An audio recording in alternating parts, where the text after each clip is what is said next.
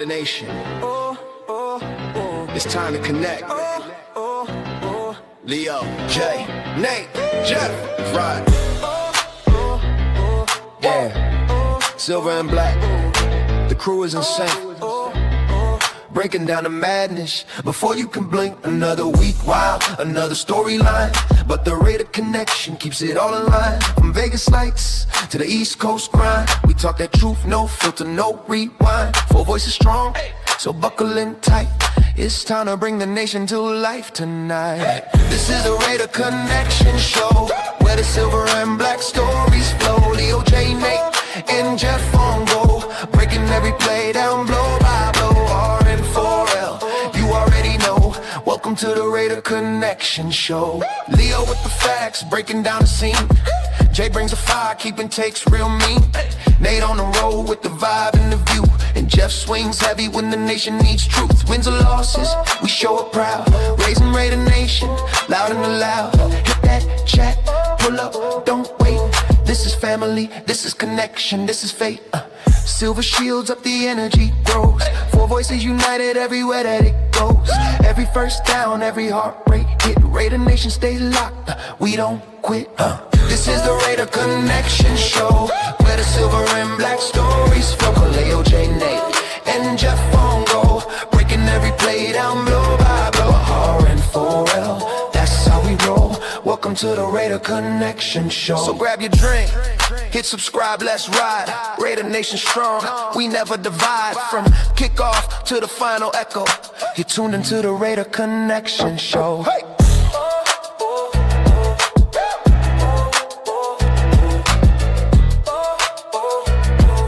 You're tuned into the Raider Connection Show.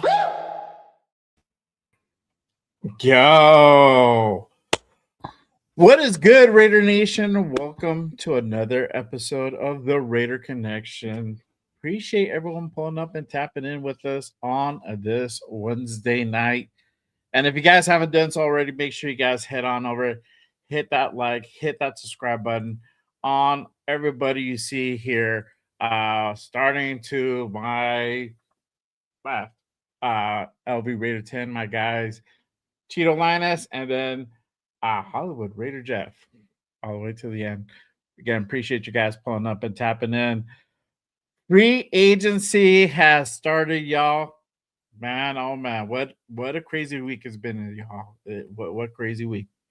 But we're going to go ahead and get into all that and much more. But before we go ahead and get this show underway, we have a very special guest here joining us tonight. Let me go ahead and bring in our guy, Afakasi Raider in the building. What is good, my guy? Salute. How you doing, bro? What's going on, brother? What's going on, gangs? Just FYI to the chat, my apologies. I think the delay was because of me. I worked the night shifts, so I had to get up real quick and get my stuff situated. So don't blame these guys. That was my fault. So. To your defense, we're always late. Yeah. You don't have to do that. It's always my fault, big dog. Well, I just want to clarify because I saw a few people in the chat saying, surprise, you're late. And I know, right? I found it coincidental that you started the stream just as I joined backstage. So that's on me, gang. My apologies, but I was You're good, brother. You're good. Yeah. Hey, it's all good, man. But again, I appreciate everyone pulling up and tapping in with us on this Wednesday night. Real quick, let's go ahead and salute the chat real quick before we go ahead and get the show underway. Shout out to our Raider 24 Nation in the building. What is good? He says Raiders, much love, Nation. Max is back, silver and black. Woo at Children's Hospital in Dallas with a little Raider. Keeps having seizures, so they're gonna monitor him for the next 72 hours. Hey, man, I hope he gets to go ahead and go home soon. I hope he's okay and back at home really soon. So appreciate prayers, man. Prayers.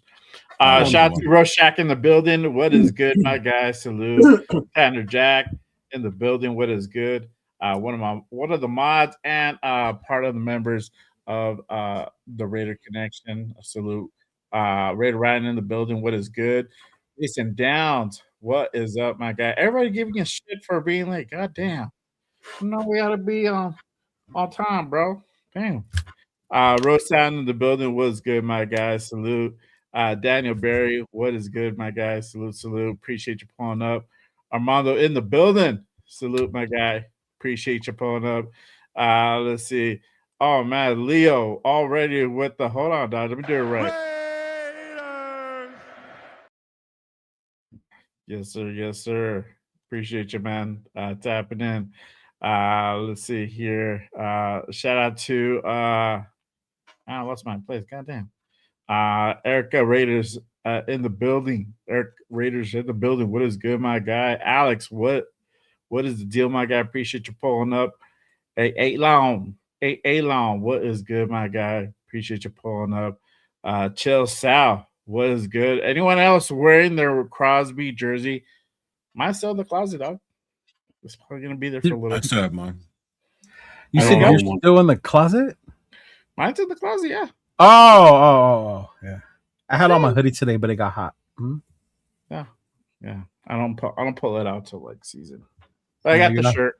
You're not the Ravens. You don't pull it out all the time. No, I know. The big pullout. Stay in there. But appreciate everybody else. Salute to Ben in the building as well. Salute, What's man. up, Jason? Darren, what is good. So all right. So let's go ahead and kick this thing off, y'all. Free agency begins today officially. So we're busy these last couple of days here. Spy Tech, be cooking. Y'all already know, man.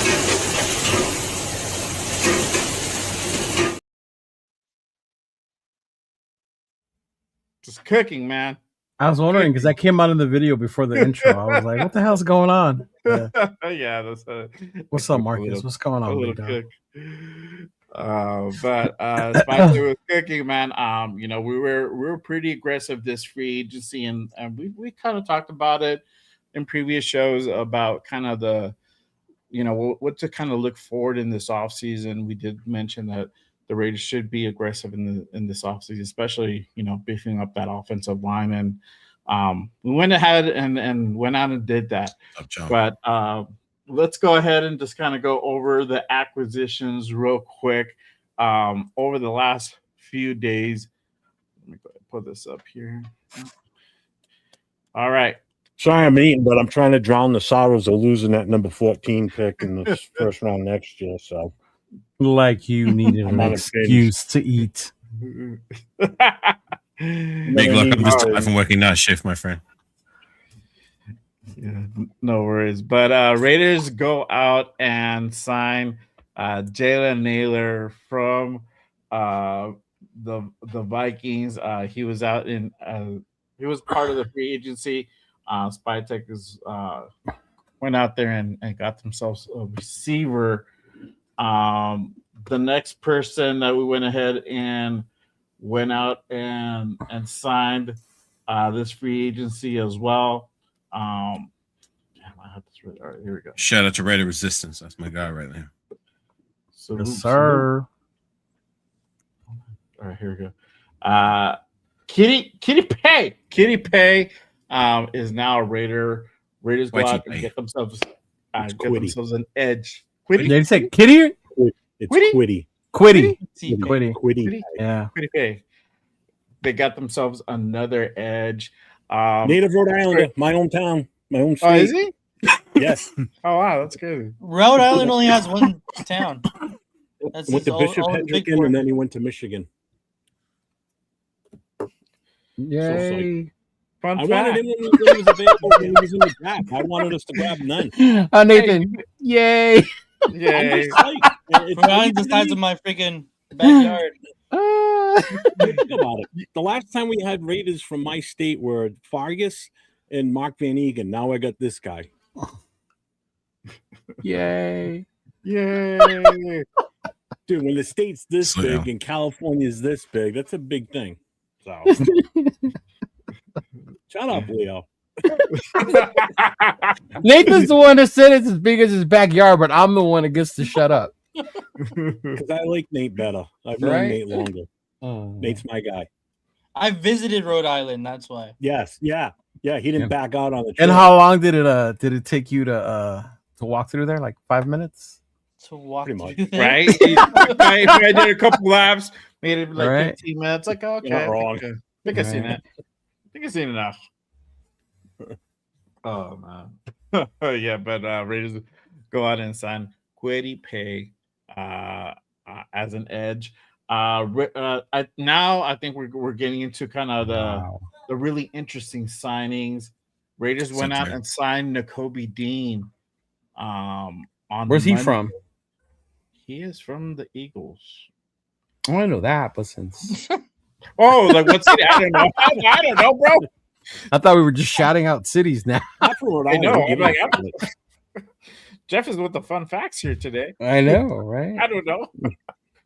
I don't know. I'm pretty sure you can Google it. Yeah, I'm pretty sure. But Raiders go out and sign Nakobe Dean, the linebacker, $36 million deal. I like that coach. $20 million guaranteed. A big addition for the Raiders in that linebacker room. That honestly, it was almost vacant. There's only two dudes there, and it's the Bergs. Maybe like another dude. I don't even know who's still there in that linebacker room. But Raiders go out and bring on Nakobe Dean. The other signing, I think this is a big one too, and I did mention him when he came out. When they say that we're going to go ahead and release him and be part of free agency. Quay Walker. Quay Walker is now a Las Vegas Raider. Quay Walker signed through a 3-year, $40 million deal, $28 million guaranteed. Again, big additions to that linebacker room. I'm going to go over to the next one, and we'll go ahead and talk about all these free agency signings. But I think the one more before I get to the main one. We got ourselves a kicker too. We went out and got Matt Gay, and he is a new kicker. We went ahead and moved on from. Leo doesn't like him. Just saying. Why? That. Because he's gay? Yeah, no, he doesn't like him. Part of the He said it gays? before we started the show. Yep. Wow, that's not very nice. I said I didn't like him because he doesn't. What's the point of signing somebody that's not better than the guy you have already? Because he's probably going to be cheaper than what Carlson would be. Mhm. Probably. You know what? It's all nickels and dimes with you, Jeff. I had it. Like it's his money or something, I know, right? Yeah, right, Wait, man. right? Well, there's one frugal. signing I felt like we overspent a little bit, but it's not this dude. But I think the one that really kind of hit it out of the ballpark here, Raiders went out and got their guy. They went out and signed Tyler Lindenbaum to a massive deal. It was a 3-year, $81 million deal, $60 million guaranteed, average about 27 per year. This is the guy that we said, if you need a backup to Brinks truck, this is the one. And here we are. So Except Jeff, I know he's absolutely upset about this signing. Right? Because Right. like, all his money's gone now. Well, that's yeah. a lot of freaking Where's my money. money? I know. Right? I don't care what we paid for him, to be honest with you. It was well worth it. So how are you guys feeling about all the signings that I just went ahead and went off on? I'll start with you, Jeff. How are you feeling? What do you think about all the signings? Not just Tyler, because I think we all know kind of how you feel about Big Lindy over here. But If he was in the room with me, I'd give him a hug. I thought the only just thing love you'd this give move. him right now. I don't know. I love all the moves, to be honest with you. I don't think there's one that scratches my head like last year. Like when we made moves, you're like, what, huh? Where did that guy come from? There's been none of that so far this year.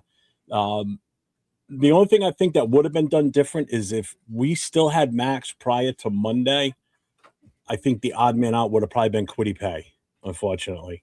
I think he might have been the one that we wouldn't have probably gone after if we had no vision of trading Maxx. So I think that's a nice added addition, especially for depth, if you think about it in the long run. So so far, Spytech is cooking big time, and this is showing everything to me that he was not in control last year, that this was Pete Carroll running everything last year, because what he's done so far this year has been phenomenal. So let's see it transfer over to what the product is on the field, and then we can then really fully grade everything as far as I'm concerned. But so far, if I had to throw a grade at it, A+ right now for just the quality of what this looks like on paper. But let's see what it looks like on the field. But I'm happy. I got no negatives, none. Cool. Nate, how you Yeah. feeling? Damn it. I completely agree. I love all of these signings. I think we overpaid a little bit for Naylor and Pay, but I'm okay with that because sometimes when, especially for the Raiders, like coming off of the season that we just did, you're gonna have to overpay some players out on the free agency market just to entice them to come over, and that's exactly what we did with Linderbaum and like with basically all of our signings. We paid a little bit more than what they were asking for, but man, I love all of these. They seem extremely strategic, and it's really revamped the entire defensive side of the football. And I'm really excited about all of these signings and what the potential of this offseason could bring. Yeah. Leo, how you feeling about the signings, man? Yeah, man. I'm glad they opened the checkbook. They gave the guys their money, huge signing bonuses.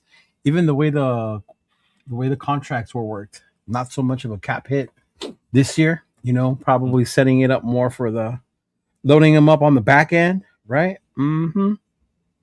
Oh, there you go. Breaking news: the Raiders have signed unrestricted free agent Nakobe Dean. There you go. So it is official. Nakobe Dean has officially become a Raider. Good.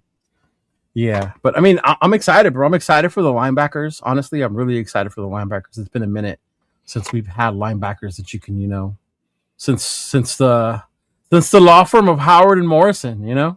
It's been a minute since I've been proud of my linebackers. So I'm looking forward to them. Being able to do some work. Obviously, the center so important in the Matt Kubiak system. Yeah. So, but yeah, I mean, so far so good. I mean, the wide receiver, cool. He sat behind two great wide receivers in Minnesota, so we'll see. But I mean, anything is gonna, get Jack Besh to do something, or Dante Thornton to do something. Hey, whatever it takes, right? Jesus Christ, like yeah. Mm-hmm.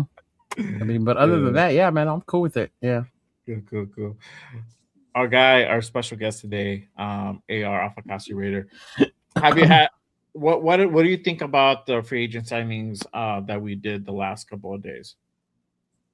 Yeah, I like it for the most part. I mean, we got our guy in Linderbaum. Seems we've revamped our linebacker room with the two additions. The cornerback could be a sneaky good signing. He looks like he might be our guy at the nickel.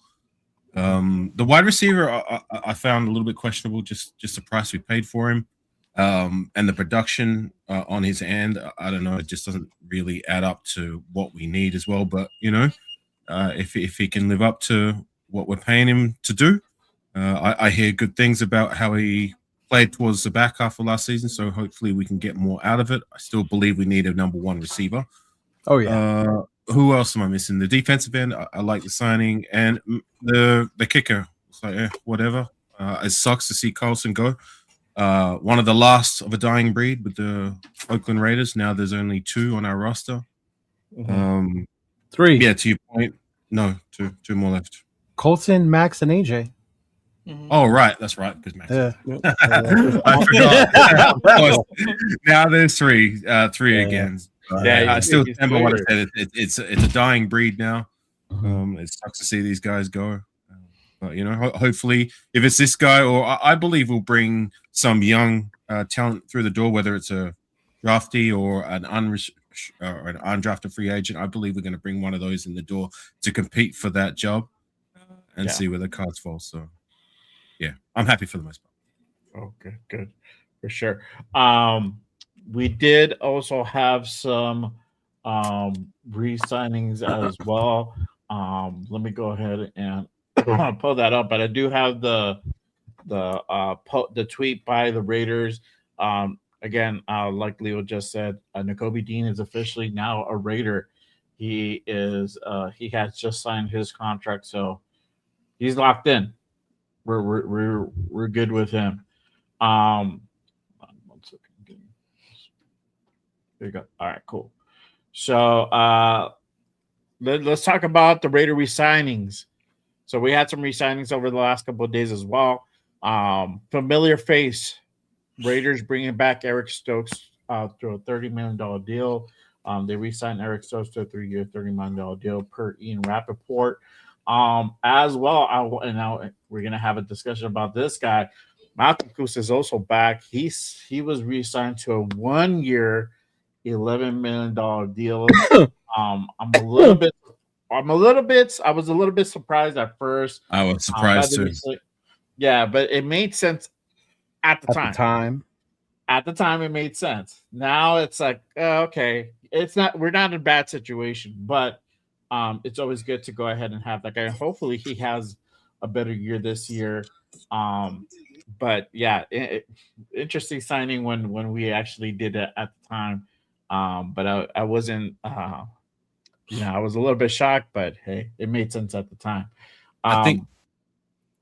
Sorry, just real quick. I think that re-signing is a lot of that screams to me that they're very confident that his recovery wasn't quite there throughout the season, but it was starting to get there by the end of the season where he started to play a little bit better. And I think that they're confident that he can regain his most of what he was able to do before the injury. Sorry, cut you off. No, you're good. You're good. Let me go over this last one, and we can go ahead and really get into that discussion. Also, Raiders bringing back Jordan Meredith from restricted free agency. They're bringing back, so he will be here as well. Part of the offensive line, most likely will be at depth. It'll probably be the last time we see him at center. For a very hopefully, long. Yeah, hopefully, you never know. Mm-hmm. But we are the Raiders. You never know. Jesus Christ, I know. But Malcolm Koonce, right? Again, for me, I feel this was a little bit of an overspend. And I mean it in the sense that I feel that his gameplay last year wasn't really indicative of that $11 million mark.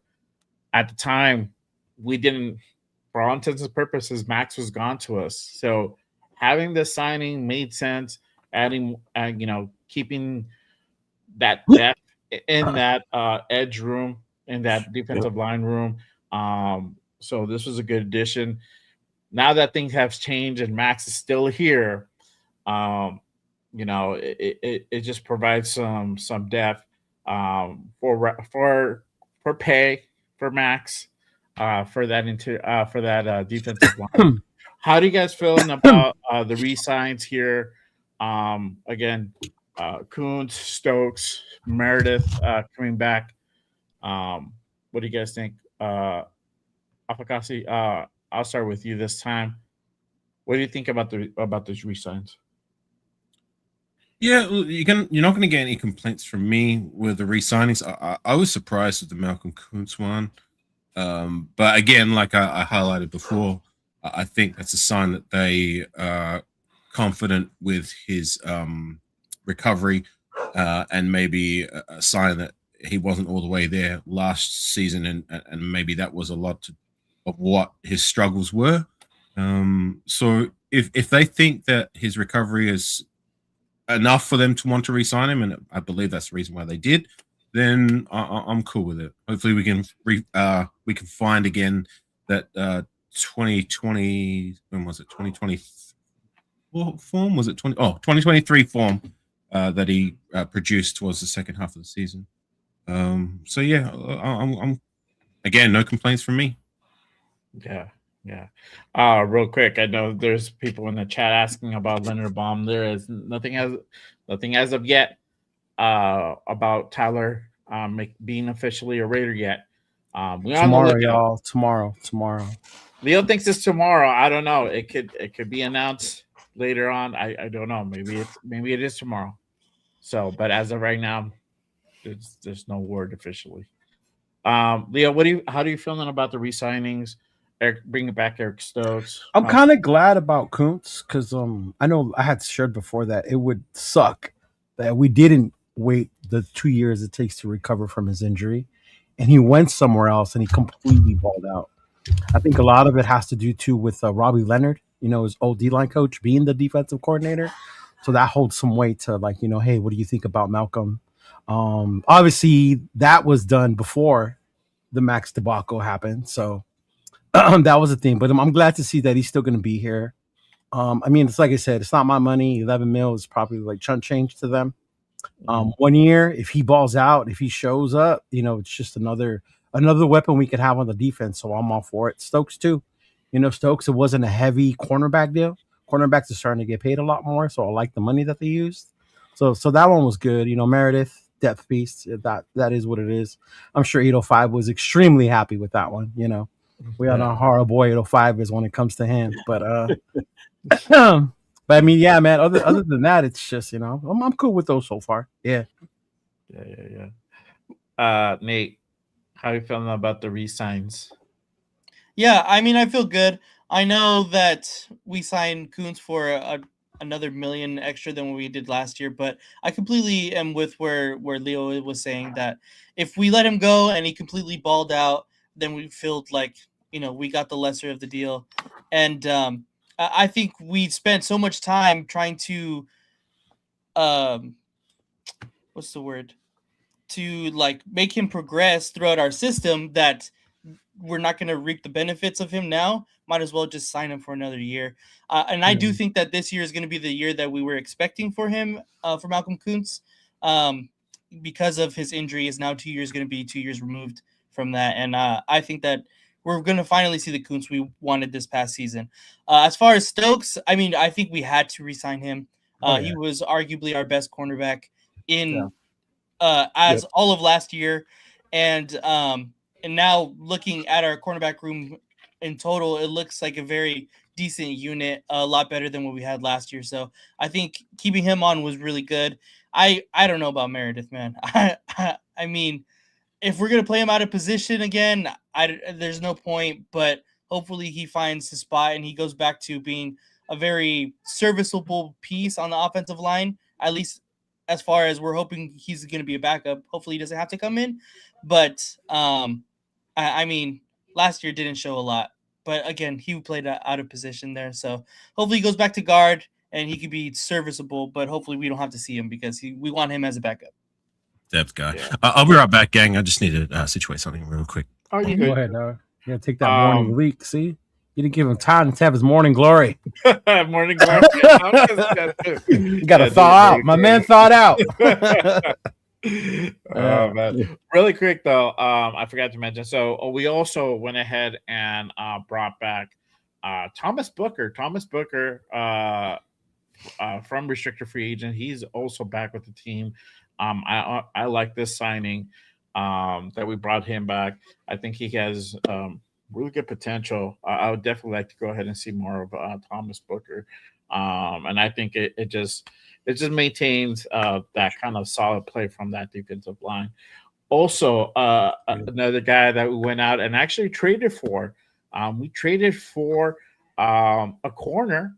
Speaking of corners that Nate just mentioned, we went and traded for Teron Johnson, the corner from the Bills. Big addition to that nickel spot. Last year we had to rely on good old Darnay Holmes, and unfortunately, he just did not make the cut. So we went out and we really didn't spend anything. Spend a 6th round pick for Johnson, and in turn we get a 7th round pick. So we just swap picks, and I think he's on the cheap. I don't think he's expensive. I think he's like $8 million or something like that, around that range. So we're not breaking the bank, and he's a really solid nickel that will help to go ahead and improve that nickel position for sure. Jeff, how are you feeling about the re-signs? Who stand out for you? Is there anybody that you were just kind of like, I don't know? Yeah, Kuntz was the only one I was kind of questioning. I get giving him another year contract. It's funny that Chase signed today. I think he went to Washington, but it was a 1-year contract for him also. So he's living on 1-year contracts now himself. But yeah, everything else I have no problem with. Stokes was a definite must. Bringing back Meredith again, that's a depth piece for us, so that's a good thing to have.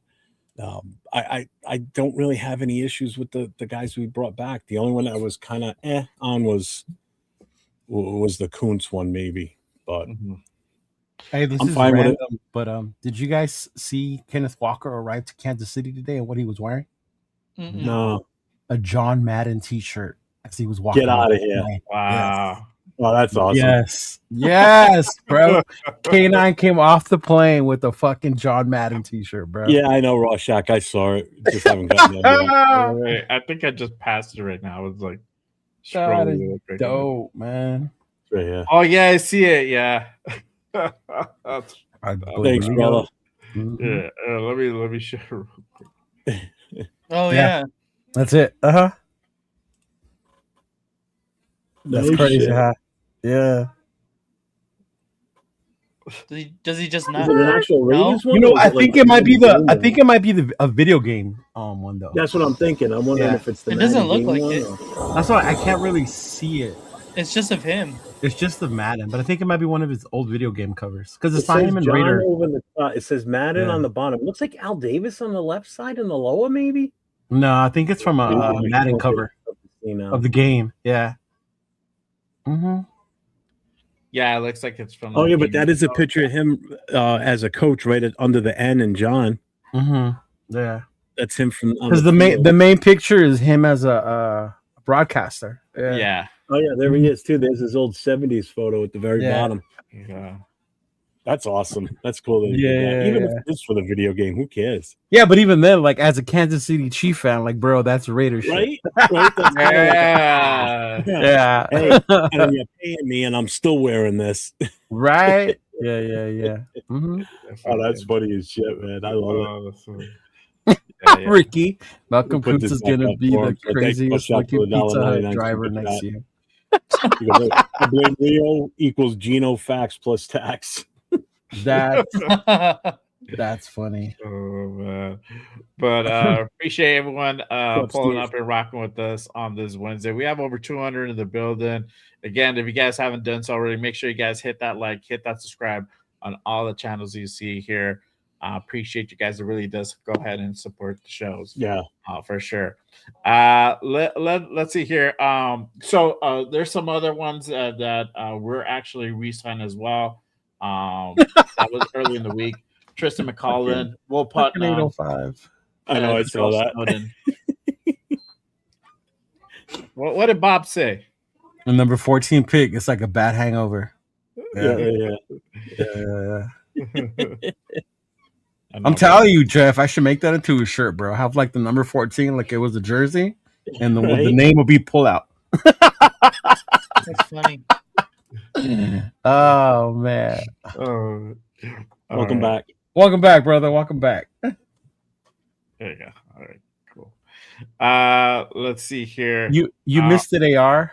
Kenneth Walker was walking off the plane when he arrived in Kansas City wearing a John Madden t-shirt. Cool story. Yay. Is he a Raider? You don't get the irony. He's a Chief and he's wearing a Raider shirt. Yeah, I know, but still, Yeah. if he's not a Raider, I don't give a shit. There you go. Like that. I like that. Let's see here. So does that mean Saturday and Sunday and Monday you didn't give a shit about Maxx? He still don't. I don't give a shit per se as to what they do if it's not for us, if they're with other teams. Yeah. That's just how I feel. Oh, okay. But we also had some people depart, and it's No, It's not a- Parham. Oh, I'm so crushed. Parham being one of them. This guy also being one of them. Alex Kappa. We're moving. Oh, on him too. Oh Yeah. no. Yeah. from Alex Kappa. Here we go. Oh my bad. The other day as well. Also, we went ahead and moved on. We talked about him earlier. Our guy, Cashman Carlson, no longer a Raider. No longer Raider. I'm a little bit sad about him. I like Daniel Carlson. It was cool. Like the I'm not dude- familiar with the new guy, so that's why I can't really speak on it too much. Thank you, man. I'm not too familiar with him. Dylan Parham being the other guy as well, but What's up, Mikey? I What's up, think I think this one. So is Devin White and Landon Roberts, they're still out there? They're still out there. Okay. Yeah, I haven't heard anybody pick those guys up yet. But I all think those this one- linebackers we picked last year are still out there, right? Yeah. Yeah. Mm-hmm. Yeah. But I think this one is probably what we're really excited about. Raiders, for some way, somehow, this is where you can go ahead and really say Spytek was cooking. He was able to go ahead and find a way to trade Geno Smith and send his ass back to the Jets out of all places.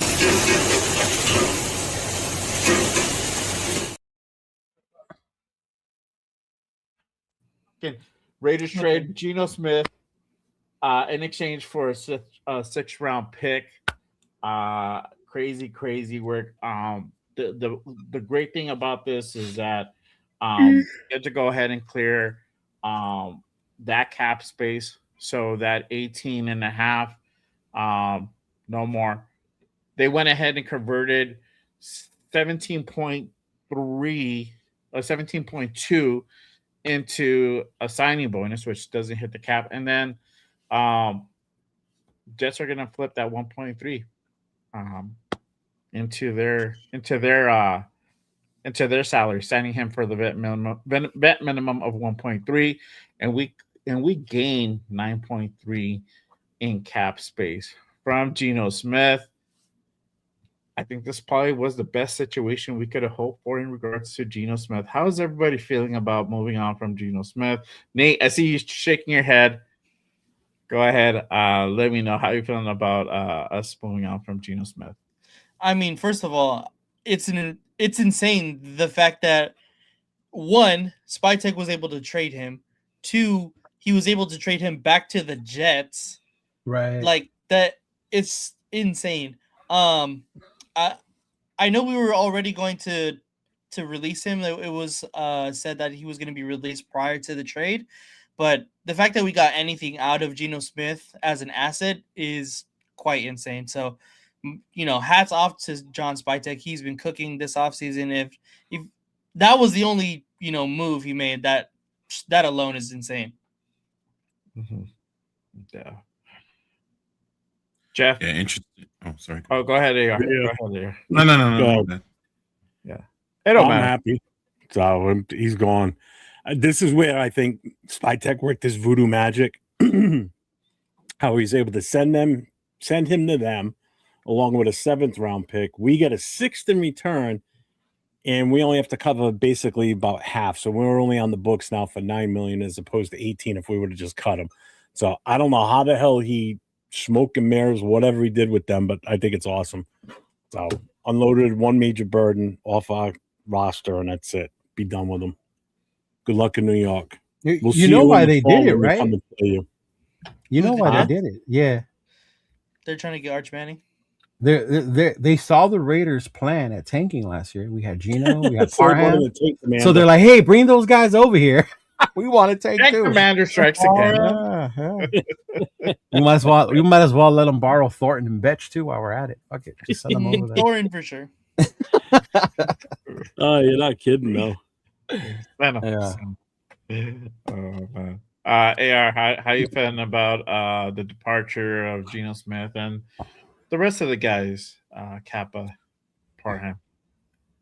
There's nobody there that I'm going to cry spilt milk over, except for Carlson. As I mentioned before, one of the last of a dying breed. I appreciate Carlson and his time as a Raider. Once a Raider, always a Raider. Thank you for your services.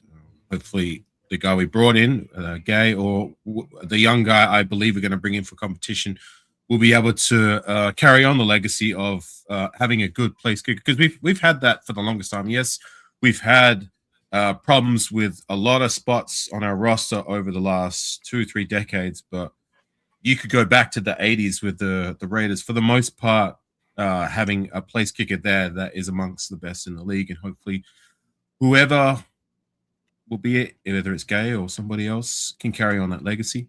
As for Gino, interesting to see that they traded him back to the team that originally drafted him. I don't know. I'm glad that we were able to get something out of him and get some of that salary cap space back as well. So hats off to SpyTech for being able to swindle that. Gino, it just didn't work out. We were all hopeful, but just another one of these band-aid options, these veteran guys that we bring in hoping that it can work out, and it just doesn't. So here we are. Yeah, for sure. Dixon says Brendan Carroll Smith. Oh man. According to Honda, a lot of teams are out there wanting the services, Brandon Carroll. So hey, Hey, we'll vouch for him. Take him. Jets, if you're You can have him. a great addition to your tank commander would be the Undertaker himself, Brendan Carroll. Yep. You know, he'll definitely How the hell anybody could be interested in that guy? It's crazy. Absolutely insane. Yeah. But this, I mean, I think this has probably been one of the craziest free agencies that I can remember. And literally we had a bomb drop, and I think this is kind of what everybody's kind of eager to talk about. There's questions there. But I think the bombshell dropped yesterday. We all went on. Ravens back out on the deal of the Maxx Crosby trade. So we heard last Friday, literally like 5 days ago, 6 days ago, Maxx Crosby was going to be traded to the Ravens. And yesterday, literally got hit with the bomb. Ravens literally just backing out of the deal with Maxx Crosby. Let me go ahead and pull that up. Shout out to our guy Raiders Resistance. If you don't follow Raiders Resistance, make sure you guys go ahead and give. you got to follow. Yeah, you got to follow. You him. really should. When it comes to breaking news, this guy is always spot on, and he's yeah. But yes, the Ravens backed out of the deal of Maxx Crosby yesterday, saying that Maxx Crosby did not pass his physical. So Maxx Crosby is still officially a Las Vegas Raider. Because this deal was obviously null and void, we lose out on the 2 first-round picks, 2026, 2027, number 14 pick for this draft coming up. But not only that $30 million that we thought we were going to clear, we're going to have to go ahead and absorb that for the moment. Crazy work that literally just happened like almost 24 hours ago. I can't, and I was telling Jeff yesterday, I can't think of a moment in recent history that this type of deal, like this type of situation, went down on a blockbuster deal. How do you guys feel about the whole situation and the whole? What do you think is going to happen with Max? Do you guys think that he could still be traded, or does he actually stay? How do you guys feeling about this so far?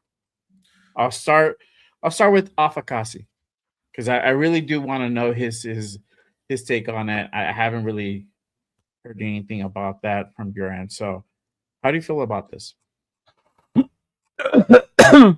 Pretty shocking that it all transpired the way it did. To your point, like the only other time where something like this, maybe not to that magnitude, but it was kind of similar circumstances back in, I think it was the year 2013. We were supposed to sign a guy to be our left tackle, and at the last minute that got nixed, and we ended up signing Donald Penn as our fallback plan. I don't know if you guys remember that.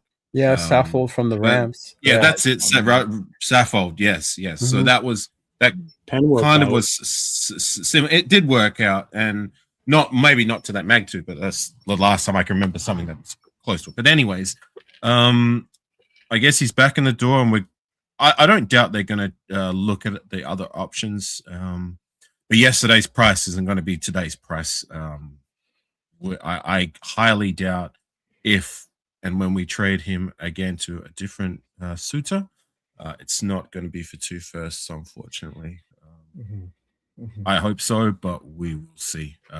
But I guess for the now, he's back in the door. And is there a world where we see him stay on our roster and play for us? I wouldn't be mad at it. But I did make peace with the fact that he was gone and that we were moving towards the future. And there's a part of me that still wants to do that. But if he's back, I'm not going to be mad at it. You know, we'll just see how the cards fall. But I don't doubt that there's going to be other people calling about Crosby services and that. But we will see. Okay. So you're either for it or against it. If he stays, he stays. If he doesn't, then it's all I'm on both. I'm good with both sides of the coin. His comment, I'm not going to panic. If we keep him on our roster, hey, that's cool. You know, we're keeping a legacy player per se, and if we don't, I'm good with that too. We're making moves towards the future, and it is what it is. So, yeah, Caden, with the Crosby needs to come to that. Say, hey, tell Jerry to pick up the phone, bro, and call a dude. Call Spy. Tom, 2 first. Jeff, I want to get your take. I know probably have an idea, but how do you feel about the situation in whole? Do you think Max gets traded? Do you think he stays? And then how do you feel about that? I don't know now. Either way, we're not going to get what we would have gotten from that is not what I was thinking, bro. The Heat threw me for a curveball right now. No, I get it. We talked about it a lot yesterday, so Jeff's probably at the point where I am. Like, it is what it is at this point, and yeah. I mean, we got a Christmas gift, and Big Luck said it in one of the comments on one of the shows the other night. In the comments after it was over, Friday night show.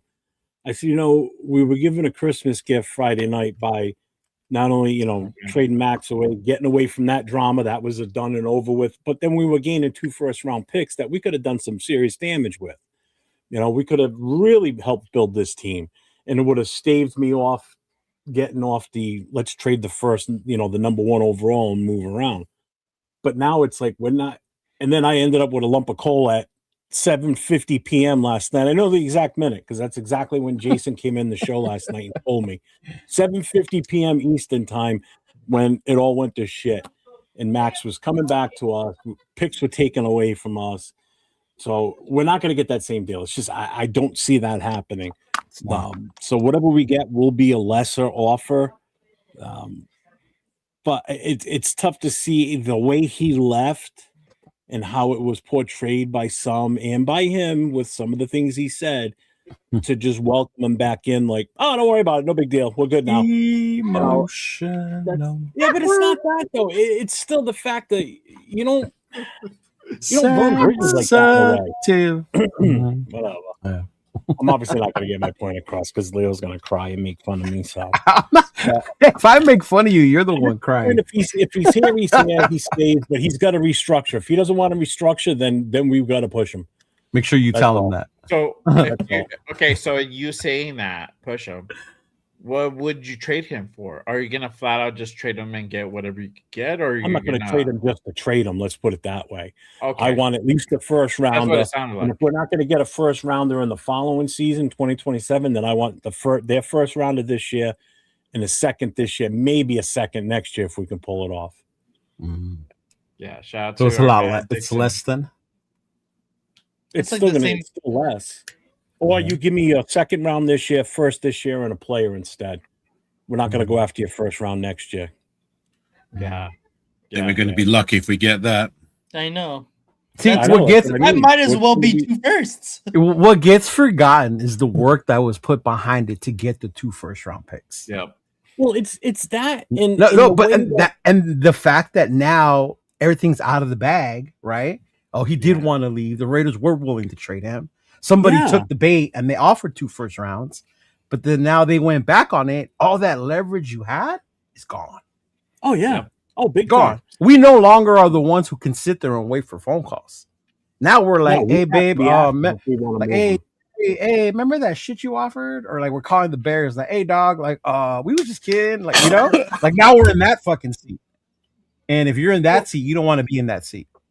Like, you don't And want it to be does in that. kind of, Still it have the does kind carpet of stuff. screw up our plans too. That's the other Yeah. thing. So any plans that Spytech had thought out of what he was going to do with those picks, and whether it's moving them or doing whatever, that changes everything. So whatever they had for the draft board that they were working on over the weekend, that got thrown by the wayside now, because now they got to do something different, because they were planning on that.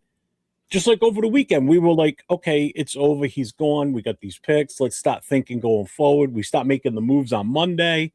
We agree to make the signs that we're going to, the players we're going to sign.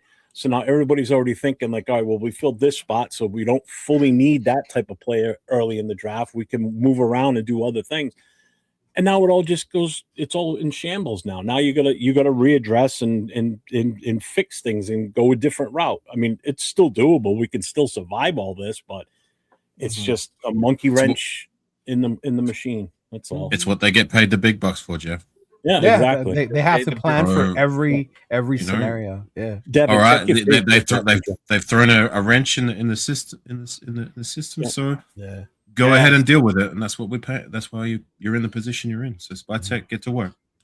Yeah, so it is a big monkey wrench, And the way the Raiders reacted makes me seem like they handled it so well.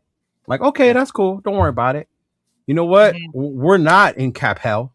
We can figure this out. No, that's the good He thing. could come back, right?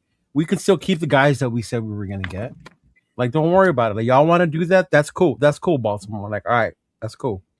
And then they're just gonna keep going business as usual. Yeah. I want to address this comment by Alan. He says, "You think you'd be lucky if you get a first and a second for Crosby now? The second will probably be conditional on him playing at least 10 games." No, bro. I don't. I feel that you can still get that first round pick, bro. Now the question is, can you get the extra thing so you can get an extra, get the second? Or extra, is it second worth round it to pick? only trade him away for one first rounder? Now, yes. Now you have to ask yourself. So now you're lowering your standards. See what I mean? Yes. How the whole thing got fucked to begin with. They threw a big old bomb on us. They reset the market because now, if anybody was tapping in with NFL Network, Tom Pelissero was on it. He was saying, and Jeff was talking about it too. He was. Yeah, he's like, pissed. my phone keeps ringing, like I can't like fucking get off because like my phone keeps ringing about teams asking about how this is gonna fuck up their deals, and so you had that whole now fear going on amongst the league. And trust me, a lot of owners out there, a lot of teams are not happy with the Ravens on the shit that this GM pulled. I forgot his name, Costa. but Acosta, Acosta pulled. So now, I mean, you're having. There's some teams coming out like, hey, we're not going to do any business with Baltimore, which is crazy. I mean, you guys are on the verge of getting blackballed by the league. It's so bad, but the way it was just done is just they literally dropped the bombshell because, and I wanted to go ahead and kind of put this out, ask this question: how did it all fall apart? They're saying that he didn't pass the physical because of the surgery, right? Because of the knee. But the thing is, like, it's not bullshit. Yes, Yeah, exactly. It's bullshit. not old news. It's not new news. It wasn't publicly known that he went out and got surgery, that he got a meniscus repair. It's like, come on now, bro. Like, really? Like, you use that excuse. They've done it before. They did it with the Crabtree situation where they were going to give Ryan Grant his contract, whatever. And then all of a sudden, Crabtree became available. Grant failed his physical. Went back on the deal, and then they signed Crabtree, who's cheaper. Yeah. So it's part of what they do. It's how they work. I sent you guys that one earlier too about him trying to trade a player who wasn't even mentally right and eventually ended up leaving the game a couple of weeks later. Remember? Mm-hmm. So that's just how it is. And fortunately, it's not illegal because it was done during legal tampering. So there's not much. So all you can do is just roll with the punches. It is what it is right now. Max is back on the team. We're not in cap hell. We can keep moving. So Like, fuck it at this point. Yeah. I'm good with either way, I guess. If Yeah. we keep him, cool. If we can trade him Hmm. and get a coveted pick for him, preferably what we.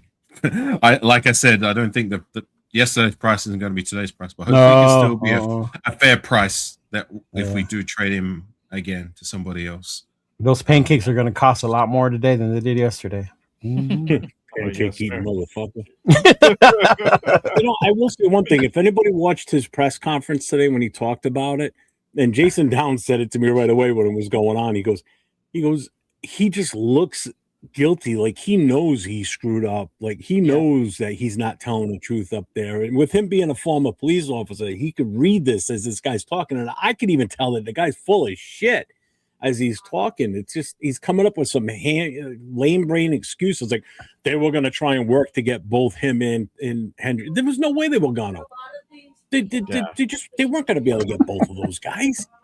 And the fact that No, they weren't going to sign both. Yeah, that's complete bullshit. The fact that Max was in the building while they were talking to Hendrickson at the same time. Yeah, I mean, come on, man. Actually, and they I played got us. Is what they did. They played us. I got this scumbags little presser that he did earlier today. This is again Eric DaCosta. He's the GM of the Ravens, and he talks about in regards to the Maxx Crosby deal. I mean, I understand it. You know, I understand it. We live in that age of skepticism, and people question the people that don't really know me or know the Ravens culture. And the Ravens we know you, bro.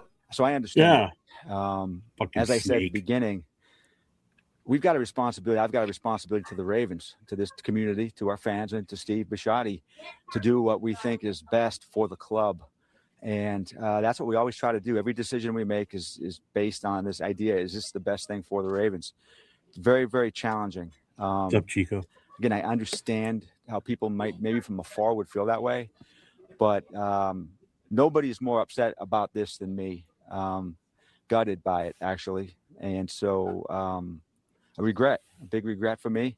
But we will move on as a football team, and I think there's many, many opportunities for us. Stop it. Get some help. That's all I gotta say about that to that dude. Stop it, bro. Stop it with your lies. It's bullshit, and we all know it. We all know it. I mean, to really use the excuse, so he felt his physical when this dude literally was in a boot like 2 weeks ago. Like, come on, dog. Like, really? You use that excuse? Like, I would have been more cool with it if he would just say, like, no, you know what? We lost a lot of free agents. I saw Hendricks was still out there. I saw a way I can get a rusher and still keep my picks, and that's what I did. Like, just say that. You're not going to admit that, though. I know, but just say that. You know? Like, yeah. Because that's what you did. Nate, we all saw you did that. So, yeah. Nate, what do you feel? What do you feel was the big cause of this deal falling apart, in your opinion? I think it's exactly what Leo just explained. I think that once free agency started and they realized that they were losing free agents left and right, they started to get, they started to panic, and they couldn't really sign anybody because they took on this hefty deal of Maxx Crosby, that they were like, oh shit, we can't really make any moves. We can't sign anybody. We can't re-sign anybody. Let's try to figure something else out. Let's try to figure a way out of this deal, because if this doesn't work this season, we don't win, we're going to be messed up for the next year, for this year and for next year, because we don't have picks. So let's just get our picks back. Let's try to lick our wounds. Let's try to reposition ourselves, and let's sign Trey Hendrickson for basically the max deal, and we still have our picks. I think that's exactly what happened. And I mean, he could try to spin it any which way he wants, but everybody knows exactly what happened. So I think it's pretty scummy what they did. There needs to be an investigation. There needs to be, some kind of penalty to be done. Obviously, maybe not like super like heinous, because obviously it's still, everything they did was legal. Like, it's not illegal to do that, and they've done it before. They But- need to get rid of legal tampering. Period. Yes, I was Exactly. going to bring that up right now. Period. Exactly. Yeah. You know But- what? yeah. I was gonna Go say, ahead, you know go what it reminds me of? It's just that cooling off period. Like when you go buy a car, you get 3 days to like think about it, and if you don't want the car, you can take it back to the lot and get a refund. You know, essentially. Yeah, that's essentially kind of what it is. You know, in that sense. But yeah, I don't know. It's just a pretty shady move. I feel like they saw they got Max, they did trade, and they saw a lot of dudes walking out the door, and the fan base was like, "Yo, really? Like we kept nobody, and we traded 2 first-round picks for Maxx Crosby. That's it. Like what else is there?" You know, I saw a few posts from like Ravens fans like on Twitter. They're like, "Let me think about that one. Let me see how the shit plays out." They're already kind of like sus about it. So I think they started feeling the heat from the fan base, and this dude just folded like a temp, bro, and was just like, you know what? I fucked up. I overpaid on this dude, and I think he knew it. I think he maybe Spytek's not good of a salesman, and he probably got closed into doing the trade. He's like, look, man, you know, if you want to go ahead and win now, this is the dude to do it. And he probably got suckered into the deal. I don't know, or he was just like, oh, I'm gonna do it. I'm gonna pull the trigger, and then he just got cold feet. He got buyer's remorse afterwards. But now the question raises as far as what are we gonna do with Maxx Crosby? I mean, what do you guys realistically think? And I want to ask you guys this question: do you guys think he gets traded, or do you think he stays? And what I mean by that, not what you guys feel should happen, but what do you guys really think is going to happen? Do you really think we're going to try to? Do you really think we're going to find another trade partner, or is he going to stay with us? And I'll start with you, Jeff, because I know you're pretty strongly opinionated about this. But what do you actually think is going to happen? I think he's going to be here this season. I don't think we're going to find a trade partner. I don't. I don't. I just don't see it. We got screwed. What's going if we do trade him? We're going to end up getting way less than what we initially wanted, and I don't want to just settle for table scraps, basically. So I think he's going to be here. He's here. Now, what happens after his contract when it gets to that point where we can walk away freely? Do we do it where we don't take any hits and we can just walk away and be done? Depending on how he is for the next 2 years. Like, in all honesty, if he has another injury-riddled season this year where he has to have surgery at the end of the year, then that's a different story. Then at that point, guess what? We can't keep going through this every year because now he's a physical crutch on this team. You know, because this will be 3 years in a row that he's going to lose time. And is he going to throw a fit if we sit him again because of the injury like he did this year, which is what led up to all this in the first place? Because he was so pissed that he got sat down. And now that's the other thing. He's got to come back in his building with Guerrero still here too. Mm-hmm. So how's that relationship going to be? Is that going to be a problem all season long? He was there this morning. It was fine. That's what I mean. So it's like what we don't know, and we never will really, unless we've got somebody that's physically inside the building that tells us all this stuff. Do we really need to know, or do we know based on No, you don't. how it's been the I last don't couple of want years? Or do we want to The know? whole point. Exactly. We're trying to Definitely go want to. with this team. We don't need any more distractions, is what I'm probably trying to get at. I don't think the distraction was ever on the team, but more with the fans. Correct, but it still could be now. So, again, if he was doing the right could, thing by keeping his mouth shut, though. Could the distraction was never on the team. Might. It was just on the fan base. But now it might be because now it's a known thing. It Could, wasn't might, known then. if. So what happens Cro- if Max has the best career he's ever had this season? Sorry, bro. Then that's a Fred. bonus. So then we don't go back and we still got to get rid of him, or does everyone's tune change and say, No, You know good that's thing still we going to kept him? come. At this point, if we don't trade him now, Sorry. if we can't trade him now, then we're not going to get anything near what we thought we would comes next year, because now he's going to be another year older. His contract's only going to have that 1 year left on it unless we extend it now with the restructure. So everything changes from here on out. Everything goes down, basically. So we were in the perfect spot to do what we just did But Baltimore gave us the big middle finger and smoked us on this. They did. They outright they made a fool of us by doing what they did. But the egg's on them because they're the ones that are going to probably have a hard time for a little while trying getting the trust of another GM from another organization to trade with them more than likely too. Oh yeah, that's why I said like I'm sure these GMs all talk. So again, it's out there, it's in the public. Everybody knows what happened. You know, so I think Max is here. I don't think he's going anywhere, which I'm fine with at this point. Thank you, man, for the super chat. Sounds like it.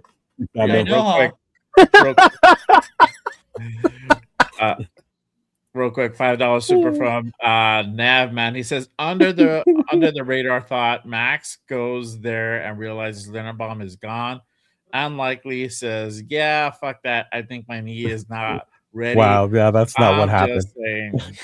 He couldn't touch his toes. I can't do it. Can I take a second just to appreciate that? Thank you, Nav, man. That was actually on my side of the fence. That was probably my first super chat in months. So I appreciate you, Nav, man. Thank you very much. Yes, sir. Appreciate the $5 super. AR, what do you think? Do you think he actually gets traded? Do you think he stays? What are your thoughts on the actual possibility of having playing out? Sorry, what was that? I kind of. What'd you say? Oh, I said, what do you think is actually going to happen? Do you think we're going to find another trade partner going to be traded, or you think he's actually going to stay? We're going to keep him. He's going to stay for this season, or at least part of the season. What are your actual thoughts about possibly happening? I think they're going to look to work out another deal, but if they don't, they don't. Like I'm cool either way. I'm not going to panic. Like either way, I'm not panicking. Like if he's on our roster, cool. Like you can't tell me that Max coming back wouldn't make our roster better for the now. Like if we were to trade him on the other side of the coin, we're looking at making our roster better for the future. So either way, I'm true. I'm gonna panic. I'm not gonna lose sleep. But I do feel like we will get another deal done. But it's as I said before, yesterday's price isn't going to be today's price. Hopefully, the price that we do get, if we get one, is going to be something that's still going to be fair for both parties. So, Leo, what are your thoughts of possibly happening with Max? Does he get traded, or do you think he stays? I think at this point he's staying. Yeah, I don't think you get the same amount and as much anymore.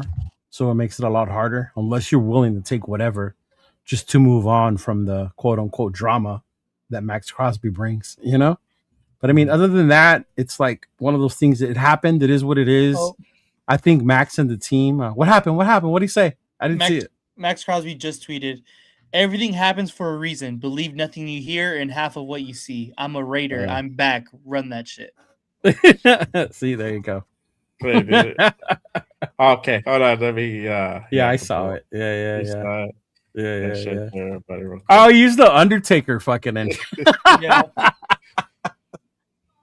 Yeah, use the Undertaker entrance. Yeah. Yeah, like Nate said, everything happens for a reason. Believe nothing.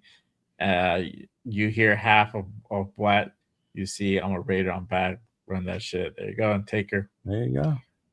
What's up? Yeah. Nate. Well, I think that kind of changes things now. Does it though? Because what if Grogan put that up? I know, right? Hey, can I just take a second just to appreciate Bueno just joined the membership program from my channel, so I do appreciate that. I'm not Bueno, so thank you very much. Appreciate it, Bueno. That was his refrigerator.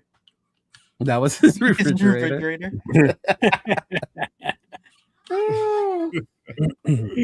Oh man. Nate, I mean, do you think they could still trade him off at this point? You know, if they do, I think you would be. I've seen a couple of people put in the chat that I think that it's more likely that if we do keep him, that he would be traded, or at least thought to be traded at middle of the season. If we're still looking to get, most of our that's right on. Our value back in getting him back, it just makes more sense that way But to me, I don't see him leaving. I don't see him wanting or saying that he wants to go anymore. I think this really kind of realized that how much he wants to stay a Raider. So I just don't see it. But again, like Jeff said earlier, he's gonna have to reconsider the contract. It's just gonna help the team, and I think it's gonna be just super beneficial for both parties if he restructures. Yeah. Real quick, shout out to our guy on six. On six. $2 super on the AR channel. He says, F Baltimore, their owner, their GM, their fans, everyone. Appreciate you, my friend. Thanks for the super chat, on. That's on my side of the fence as well. So I appreciate it, brother. Thanks everybody for the super chats and the memberships. It doesn't go unnoticed, and I really do appreciate it. So thank you. Yes. Appreciate everyone who's put on a super or who became a member today. Salute to everybody. I honestly, I think a trade could potentially still happen. I want to take that completely off the table, but I think at this point in time, they might keep him probably for up until the trade deadline. This might be something that I don't think it's going to go away. Again, I don't really see none of these rumors going away till we actually really start winning games. And I'm not saying win 7 games either. I'm talking about actual making a run. And it's going to be for quite a while longer that we probably have to wait until we hear those Maxx Crosby rumors. Someone's wifey in the background. I don't know. Someone's not happy. My house is all asleep. No, my kids are in their room, bro. He's not going anywhere, Diesel said. Yeah, did you put the thing up from 805 yet? Yeah. He says, didn't Max say everything happens for a reason during his exit speech right before he said Flock Nation? Look here, Bob. He didn't say what that reason was, okay? He needed to leave, so the Raiders had enough courage to bring in more people. Then he said, just kidding. I'm coming back. Oh, man. I'm not going to have the Max trade propaganda again. Stop it. It's not going to go. It's never going to stop. I told you it's never going to stop. No. Like I said, until we start winning. Yeah. And I feel that eventually that's going to start. Even when we start winning, I think it'll still be like, well, he's playing good. If you get rid of him now, the Raiders could use this and that because they have this now. And it's like, it's never going to stop. Never. Yeah, for sure. I agree. I'm going to go to sleep tonight with visions of the number 14 pick floating away. I know, right? And just remember, as 14 floats by, pulled out. Yeah, exactly. Oh, man. Everybody's like, Lemon. Talks about Lemon, Vega. You know what? I hope we do trade him. If he goes anywhere, I hope he does go to the Bengals so he gets to play against the Ravens twice this season and beats the living shit out of them. Go for it. I'll be his biggest fan those days. Go kick the shit out of them. Yeah, I wouldn't touch much of what Go for it. Says on. Yeah, exactly. Losing that 14 pick sucks, but we still have 9 other picks to really do some damage. So yeah, but according to Jeff's plan, we need 20. Right, I get that. I yeah, but why do you say that about me? Hang on, let me finish. Let him finish. Go ahead. Sorry. Got what I was going to say. You said we had 9 picks left. We have 9 other picks left still. So we had 10 in total, right? So there's still enough ammunition there to really do some damage. It's not just about what you do in the first round. It's also across the board, across the plains per se. I mean, we're talking about Maxx Crosby. We found Maxx Crosby in the 4th, right? Mm-hmm. It's not outside the realm to find excellent caliber players not in the first round. We can do it. So it sucks to lose that 14th pick, but we got to do better with the rest of the draft. The second round, the third round, the 4th round, the 5th round, and not have these draft classes where we're finding only 1 or 2 guys, if that are eventually become good starters, not just starters by default, and the rest of these guys are either rotational guys or off our roster. You know what I'm saying? So hopefully it can be better this year across the board, right? Shit, I was gonna share a picture with you, AR, but you had left, and I lost it now. But it was basically Ziegler's draft. I forgot what year it was, and there was 2023. only like one player is left now, or they're all gone. I think Parham was one of the last ones on there. Was it? Oh, that one, yeah. So that his first draft, 2022, yeah, it goes to my point. Yeah. Like Parham was the best of the bunch on that draft class. None of them are here anymore, and Parham wasn't that great. You look at next year's draft, the 2024, was it 2024? 2023 draft class is last year as our GM. Josh McDaniels last year. Those guys all came into their third season last year. So this is, it's like I keep saying, your third season is when you really want to get to see whether players got it or they don't. And look who's the best of the bunch. Like they had what, 9 picks, and Trey Tucker was the best of the bunch. You know what I mean? Like those are the classes that really hurt us in the long run. And a lot of the reason why we're still waiting to see more out of Michael Mayer. Yeah. Mm-hmm. Yeah, no one's going to sell me with Michael Mayer. I made this argument a few times. Or Tyree, no matter where you put 750 yards in 3 seasons and 3 touchdowns is close to being enough for what we drafted him to be. Tyree Wilson, come the end of year 3, he's still trying to find his way in the rotation. You know what I'm saying? Doing things in spots, and that's not what you want from a first round selection. So I'm just hoping it can be better this year, not just for the first round, but looking beyond that. You know what I mean? Yeah, yeah, for sure. But you know, we're still not done with free agency. It officially kicks off today. And we did a lot in day 1. But who do you guys think, or what positions do you guys think we still need to go ahead and target in this free agency? I'll start with you, Leo. Who do you think we should still go after, or any position that needs to still be filled? I was watching the War Room, and they were going over some of the players that are still out there. The wide receiver room, I'm like, I'd rather fucking try and find someone in the draft. I guess maybe probably the offensive line, right? If you could still find someone in there in the offensive line, there were still a few names that stood out.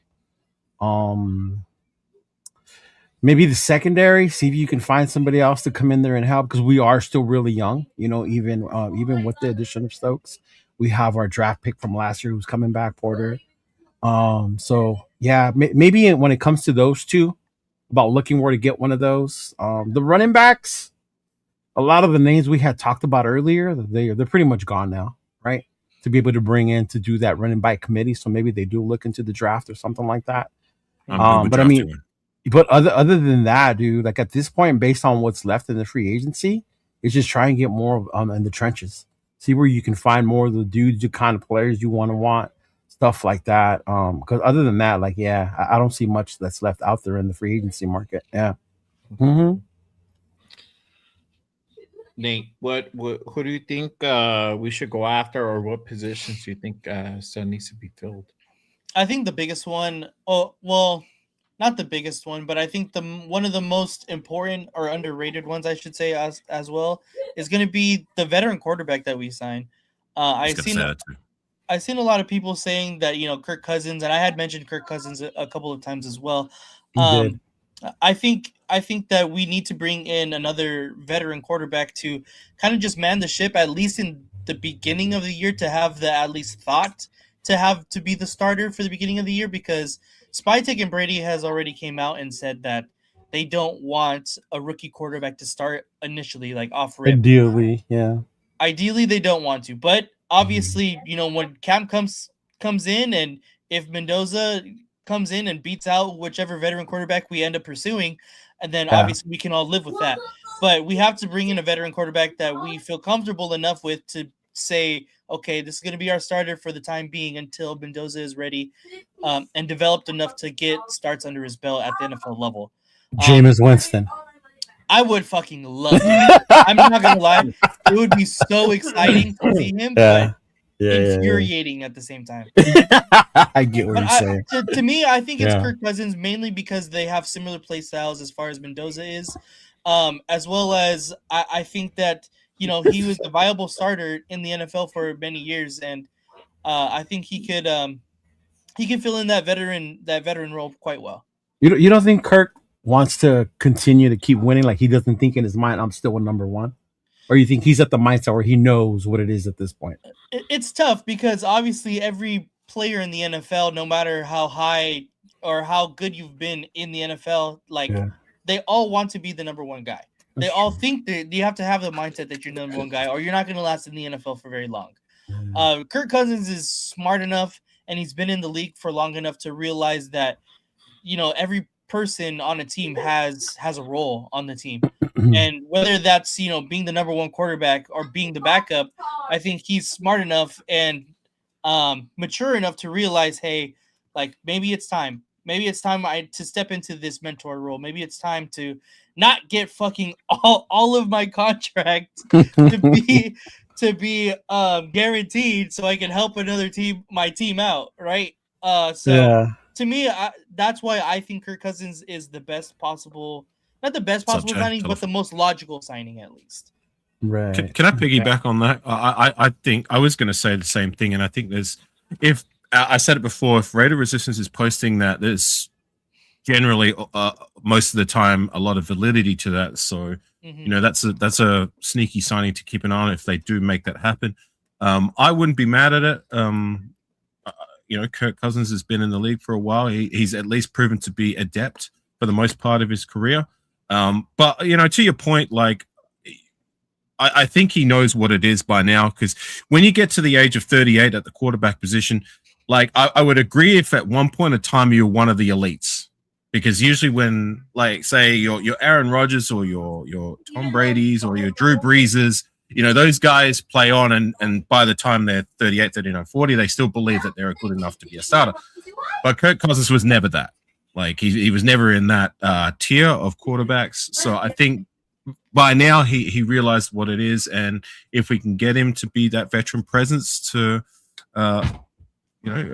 be that guy who can hold the place for the now, or be the backup, because Mendoza, if we draft him, beats him out in preseason, then I'm not going to be mad at it. So, but I do agree with you there. That's a position to keep an eye on. Like, what are we going to do with the quarterback position in the next couple of days? Yeah, for sure. And again, shout out to Raider Resistance. Make sure you guys go ahead and give him a follow on Instagram, and also now on X. He is on X now. So make sure you guys go ahead and give a follow. Especially to everybody who's tapped in on Twitter right now for sure. But Jeff, who do you think we still pursue in this free agency? Two things I want to just real quick. I know Raider Knight said something in the chat about we need an O-line guard between Linderbaum and Colton. That's going to be JPJ. The left side is going to be locked down solid. It's going to be JPJ over there. It's going to be the right side that we're going to have to worry about, either a right tackle or a right guard. And one of them could be Caleb Rogers. One of them could be Grant, and it could be what we get in the draft. So the right side is the one that's going to need the attention. Left side is going to be solid. That's where you're going to see Genty do most of his work. So, but getting to the Kirk Cousins thing, I've been watching NFL Network all day today, and they talked about this, and they made some really valid points on this. Went to Atlanta as a starter, but he ends up getting replaced by a draftee. Okay, so they bring Penix in, so now he gets relegated to a backup role and a mentor.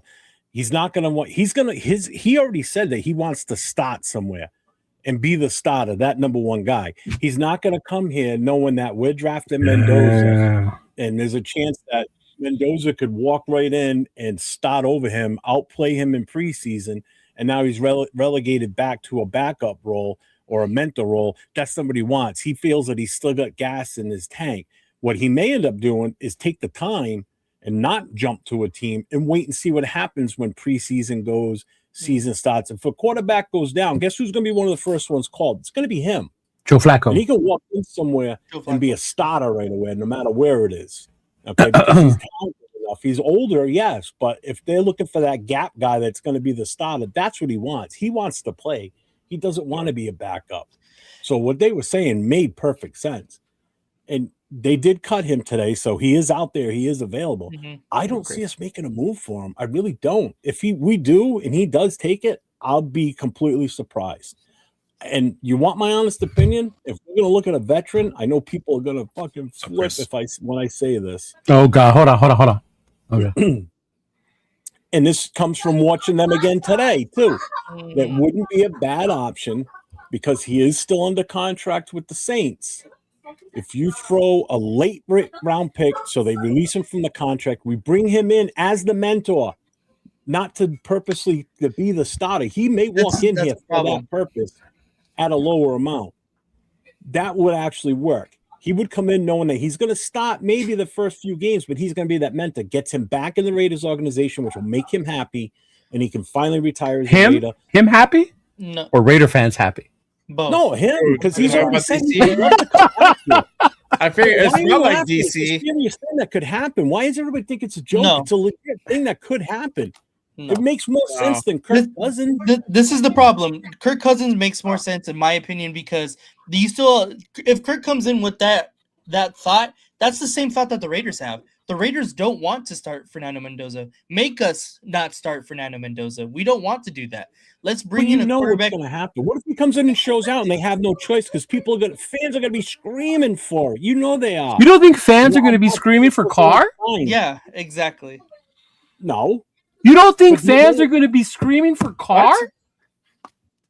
But this is the thing. Whatever. Like, bring in a quarterback that has the ability to Don't win get mad, dude. win We're football just games I'm now. not mad. You are. I mean, Whatever. it's a better option Whatever. than just going into the season with Alright. Mendoza and AOC 12 that everybody keeps saying. We I- got I- AOC, wasn't it? That I doesn't get make that. sense. But Can- you can I can't get in ignore there the for- Carr can I please- thing. Yeah, go ahead. No, I, Jeff, if that were to happen, I don't see it happening. But if it does happen, I personally wouldn't be mad at it, being that if Carl was to come back to sign with us in that mentorship role, whatever it may be, you cannot tell me Carr is not better than all these other bums that we brought in the door since he left us, even now. Yeah. So You're right. if it were to happen, I'd be with it. If we don't go that route and we go Kirk Cousins instead, I'd be with that too. So, guys, just pump the brakes, man. Like, don't trip. Like, just let No, the I'm not cars tripping. fall I'm in, saying man. See where it if goes. earlier your biggest thing is you don't want no more drama, you're Yeah. bringing in the quarterback that has You're going caused to the bring most drama no matter drama. what. You're going to bring Right? a guy here that's going to, first of all, Cousins Like- is going to want more money because he still thinks he's number one money. That's the big thing. So he's not going to come in here cheap. You could get Carr in here cheap. You could get other guys in here cheap too. I'd rather Kyler Murray. I would too. I'm not going to lie. I would much rather have could Kyler Yes. Murray. You guys been Yeah. talking about him, so I was going Oh, to bring it shut up. up. Yeah. Yeah, but he's going to Minnesota. He's he's going to Minnesota. I don't think he leaves Most Minnesota likely. without a contract. I think yeah. he's going to be a beast in there. Yeah. And why are we so focused on another quarterback developing our guy or mentoring him when we have coaches for that shit? To me, it's not that I You don't still need want. a veteran presence. I'm not saying you don't, but to say that, because he's gonna mentor him. He's gonna. Yeah. I thought that's what Brady was fucking here for. You know that's the. Not I know, but isn't You that know what that's everybody? not the truth. Stop it! Stop it! But wouldn't it be different with like on the field mentorship, like during the process Exactly. of the game? Someone who can, yes, you've got coaches for that, but also guys who are out there at the time who can see what the quarterback sees. I mean, yeah, again, it's probably the same thing a coach can do, but I kind of get it to a point. Yeah. Like, look, either way, I'm not going to be mad or trip about what veteran quarterback we bring in the door, but we do need to bring one in. And that's it for me. Yeah. I mean, Max said everything happens for a reason. If it's Carr, then we know the reason. Hey, remember that encryptic message that the Raiders put out? Was that Monday night? It's. That I'm was- telling you guys. It. What a cryptic It was thing. Monday. It was Monday. It was We Monday did night. like sales. They can't post anything until today, and At that's when they one. posted everything. That's what today. they did. Yeah. Yeah. Mhm. That's what it was about. And then they pulled out of the trade happened right after that too. That was just coincidental. No Yeah, one knew yeah, that was yeah, gonna yeah. happen. But The trade 12 was hours last later, night. 8 hours later, Mhm. 12 hours Yeah. later. That's when it Yeah, that happened. was Monday. Mhm. No, they pulled out today. What? I mean, yesterday. They pulled Yeah, out that was yesterday. Yeah. The message that they put out was Monday night. The And then Raiders. yesterday was It was Tuesday night, a Right. day later. Yeah. It's not like they knew then.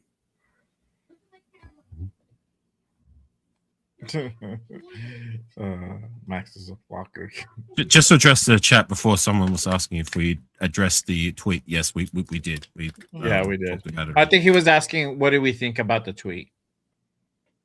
We thought it was cool because I had the Undertaker. Yeah. Like good old Taker there. Right? Give a shout out to Brendan Carroll. Oh, man. AR, let me ask you, who do you think what positions do you think we still need to fill? Anybody that you have an eye out on for in this free agency right now? My answer was going to be Nate's answer, but outside of that, like, I guess just looking at the roster, I mean, it'd be nice if we had a wide receiver that we could bring into the door that could possibly give competition to be that number one. I don't believe it's that.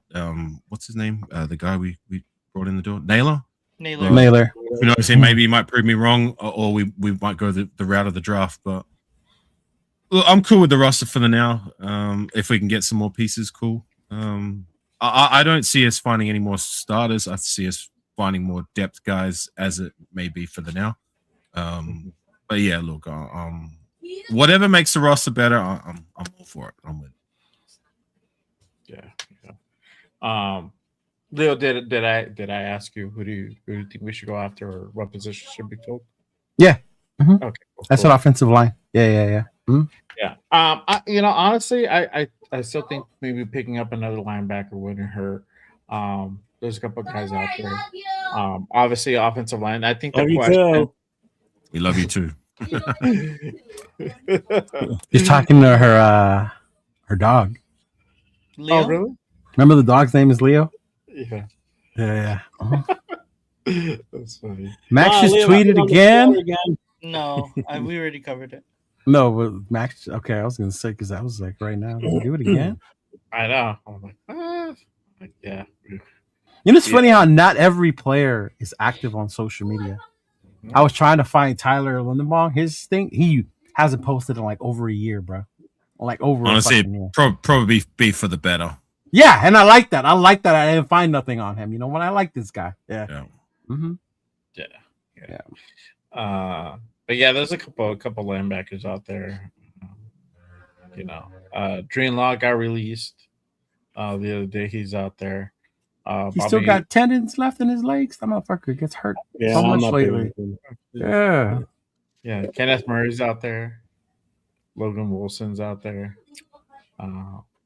We talked about wide receiver guys that are out there. I mean, Juwan Jennings, Debo Samuels. No. The free agents for wide receivers is not too big this time around. Obviously, that can change later on as we go through the offseason. Maybe some guys get released, but as of now, it's kind of a little bit of sim pickings.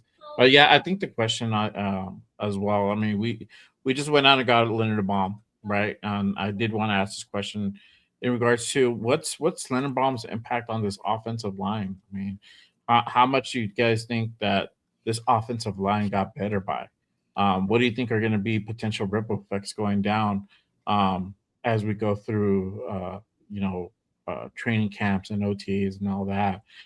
Jeff, you're high on Linderbaum. Obviously, you're all about offensive linemen. What are your thoughts? Linderbaum's impact is going to be in this, coming in with the Raiders. Twofold here. One, we get a bona fide, legit center that's played in college his entire career, he's played in the pros his entire career as a center. And we now can solidify JPJ at staying at guard. So that's going to be a twofold on this one. There's going to be no dicking around with this offensive line, competition for this, competition for that. You're not going to have the same crap. And I know some people are saying, well, he's not that good in the pass protection. He's better in the run. That's fine. Maybe a little bit of tweaking here and there. And I think with the offensive line coach, Dennison, that we have in here, can help fix that or help at least address that so it makes him better. And again, with better support around him, with a better left tackle, a better left guard, and then whatever we do on the right side, I think that's going to also help him. So our offensive line automatically took a jump up, okay? Because you now just solidified that entire left side. There should be no questions on that side whatsoever. Now you just have to worry about the right side, what we're going to do with it. You know, is Grant the answer? Is Glaze going to recover from his downfall last year? Mhm. Is Caleb Rogers going to step in and be the starter right away? You've got the pieces. I don't think the line is as bad off as we think. Would I still want to grab one of the offensive tackles in this draft? Absolutely. And if not a right tackle, I want to grab a left tackle primarily because we need to plan for Colton Miller.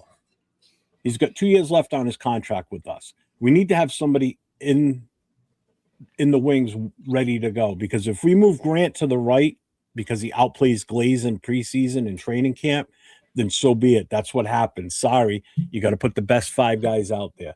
But we got to get somebody ready to definitely take over for Colton Miller when that time comes. And I think 2 years is more than enough time to get a legit left tackle built up from the draft this year if we can get one of the top ones at some point. But I think the offensive lines are going to be solid this year. I think you're going to see Genty have a killer year this year. And the quarterback's going to stay on his feet. He's not going to get sacked almost 60 times in a season. Yeah, I'm happy. And I wanted to bring this, and we addressed it.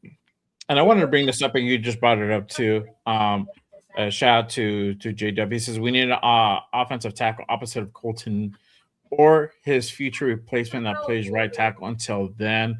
So obviously, the question is in this free agency, are we going to go ahead and ultimately upgrade that right tackle position?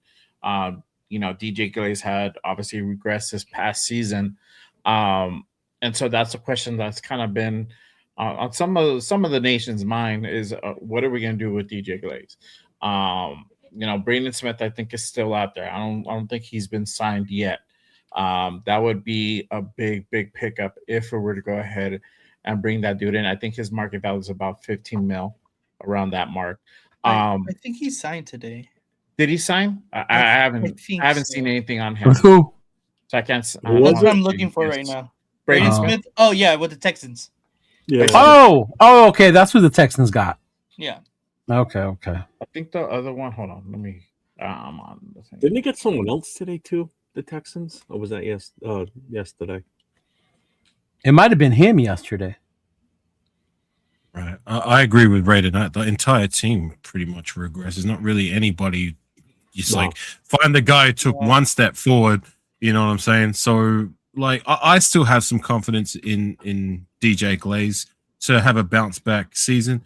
I mean, I've said it quite a few times. Like it was inexcusable to see the regression of 2 guys who showed so much promise in DJ Glaze and JPJ, because JPJ had a regression too. Yes, like DJ Glaze was more noticeable because he had more game time, but like to see both those 2 young guys fall off the way they did, it was inexcusable and unacceptable. And yes, they may have had something to do with it, with their I don't know, with their own playing abilities, but to me it just screams coaching. And to what you were saying before with the signing of Linderbaum and the offensive coordinator, line coordinator who has experience and credentials behind him, I truly believe that we can elevate the young guys we already have in the door. Caleb Rogers and Charles Grant, to name 2 others. Murphy was another name that I saw took a lot of snaps last season. So he's someone else. Dalton Wagner and friggin' Lucky Tassi. How well can he develop? So there's young talent in the door I believe can be better and elevated with the signing of Linderbaum. And the other thing that I liked as well with the signing is the way JPJ reacted to it. I believe it was X, but it may have been Instagram, but he was very quick to post something along the lines of LFG, let's fucking go, upon the signing of Linderbaum. So the notion that he may be upset about that, I think, got thrown right out the door.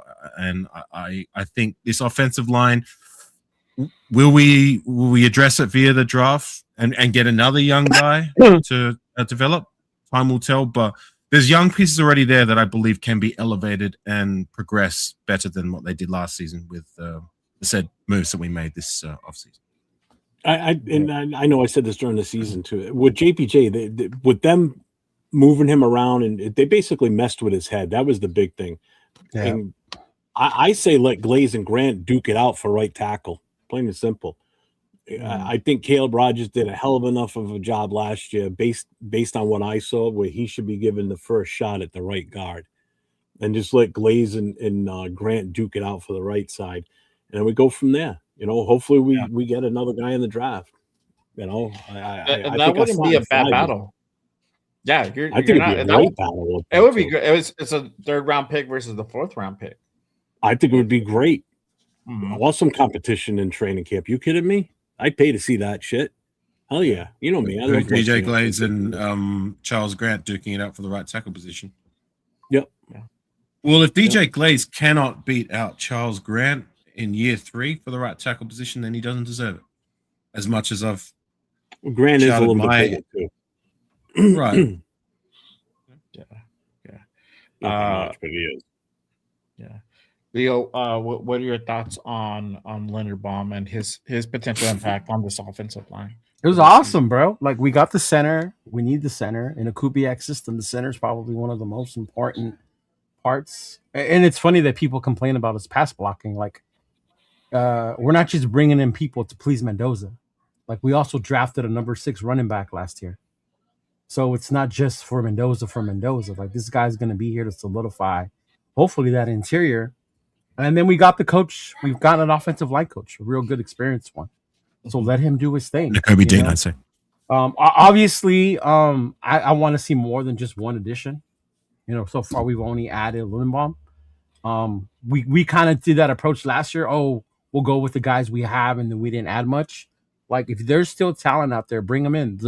If there's a player available in the draft that falls somewhere you like go out there and get him. You're right, like, don't be afraid to take those chances on other offensive linemen because you think you have the guy. And I think that's what pissed me off about last year, how they said that, oh, we're good with the guys we have. Yeah. And all we did last year was complain about them, right? And then now we're only saying it's only because of the coach.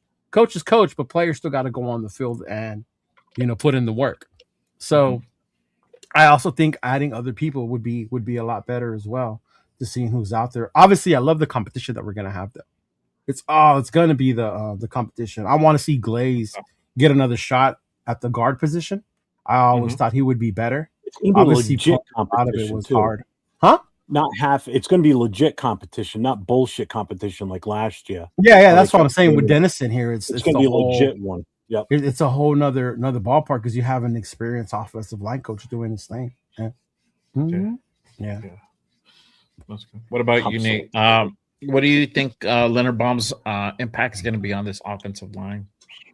I'm really excited to see him in this offensive line. I think Leo hit it right on the nose that the center position, especially in the Kubiak scheme, is very important. I think that we do need to add another player at the very least, whether that be in the draft or in free agency. I think it's looking more as of right now towards the draft. Obviously, we're a little constrained with the cap once we got Maxx Crosby back. And we need to figure out some restructuring with him. But I think the best available in the draft would be nice. I'm really looking at the tackle position to add. I think that would probably be the most beneficial for us. Yeah. Like Jeff was saying, I think we also need to start looking towards the future as far as, possibly trying to develop somebody behind Colton Miller, because that's the clock is starting to tick on that one as well. So I like the young guys that we drafted last year. I think they showed some promise late in the season last year. So I'm not going to be completely out on them yet either. And I think with us bringing in Dennison, I think it's going to only help their development as well. So hopefully we find some steals with those two guys, Rogers and I can't remember the other Grant. Grant. So I think that hopefully their development could be extremely beneficial with Dennison, and I hope those could be the guys. I really hope so. I hope we already have the two guys on our roster, but of course I still think we need to add another piece at the very least. What do you guys think about this comment? It says no shotgun. Well, if you look at the Seattle Seahawks offense last year, they didn't run a lot of shotgun. It was very rare that they did. It was a lot of under center, and I think it's going to be kind of hard for Mendoza. Mendoza primarily ran out of shotgun. I don't honestly, I can't recall any play specifically. he ran under center. I don't think he did at all. So it is. I know it looks like it's not that big of a deal, but it kind of is, especially for a quarterback that didn't run one play under center last season. I think that it's going to be a little bit of a learning curve, which is why it's also important that we bring in that veteran quarterback to really show him exactly, how to run things. Clint Kubiak's system it's very cerebral, and of course Mendoza is a very smart player, but the NFL is a different monster. So that's why I think, again, kind of pulling it all the way back to the veteran quarterback, I think it's very important that we bring in a guy that's willing and able to, help him through that transitioning process. Yeah. AR, did I get your take on Linderbaum and his potential? Yeah, you did. Okay, cool. I think for Linderbaum coming, I mean, obviously this is the guy they wanted, but I think this offensive line just got a whole hell of a lot better, especially since, comparing it to last year. But, now you're bringing in an experienced center, guy who's been doing it for, going on his 5th year in the league. I think 2 or 3 years prior in college. So he's been doing it for about 7 years now. Far more experienced than JPJ at center. And we've had discussions in regards to, the differences in between JPJ and somebody experienced like Tyler Linderbaum. But not only that, you're also getting that leadership. A guy who really knows what he's doing, who's dialed in on that position itself. Reps matter. The thing is that we didn't see JPJ at center last year. And that's a big thing. Having 1 year off at center is huge. So I'm glad we bought Tyler Linderbaum. I mean, I think JPJ is going to benefit from this. Whoever's going to be the other guy at guard, where it's going to be Caleb Rogers, it's going to be DJ Glaze. However they're going to go ahead and go about that is yet to be seen. But like Jeff said, that left side is going to be wicked. It's going to be like a wall. You're going to see lanes open up for Genty. So that left side is going to be strong. Hopefully we can go ahead and get some of the things corrected on the right side, that we can go ahead and kind of even that out, and we can just be a really, really solid line all the way around for sure. But to kind of bring up what you guys kind of brought up in regards to like Colton Miller and finding his replacement down the line. I did a mock the other day, back when we had the 14th pick, but I drafted a guy, Markel Bell. He's a left tackle out of Miami, and that's when you're drafting. That's something you want to keep in mind, because we know that Colton Miller is going to be here at least for the next 2 years. But after that's going to be in question. Is he going to be here for a 3rd year? Are we going to bring him back? What type of? Is he going to stay healthy for 2 years? Yes. How is he going to be physically? We know that he just came off an injury. He was out like half of the season last year. So those things kind of matter. But kind of going into that draft talk, because obviously, we're underway in free agency, but now we have a better sense on how this team is going to kind of shape out. Obviously, most likely the consensus at number 1 is going to be Fernando Mendoza. But who do you guys think we should get in the later rounds, 2nd round, 3rd round? Obviously, we got some comp picks as well. We flipped the 6th round picks, so we got an extra 7th in there. I believe just 1 6th as well. But I'll start with Jeff, because Jeff is notorious for his drafts. But before we start, are you highlighting the rest of the draft class, not what we do in the 1st round? I just want to elaborate. That's what you mean, right? Yes, that's what I primarily mean. Now, would that subject is it going to stay there? I don't know. I'm gonna just let it evolve on its own. So, Jeff, I'll start with you. Who do you think we should take in the 2nd round at 36?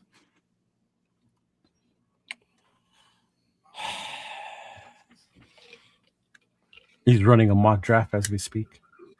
No, I'm running in my head. I have his 28 pick mock. Derek Carr.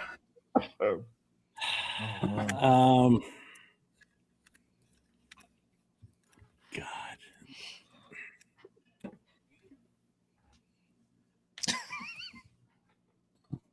Well, I didn't think you had to think about It's it that going to be hard, an bro. offensive lineman. It's a tackle.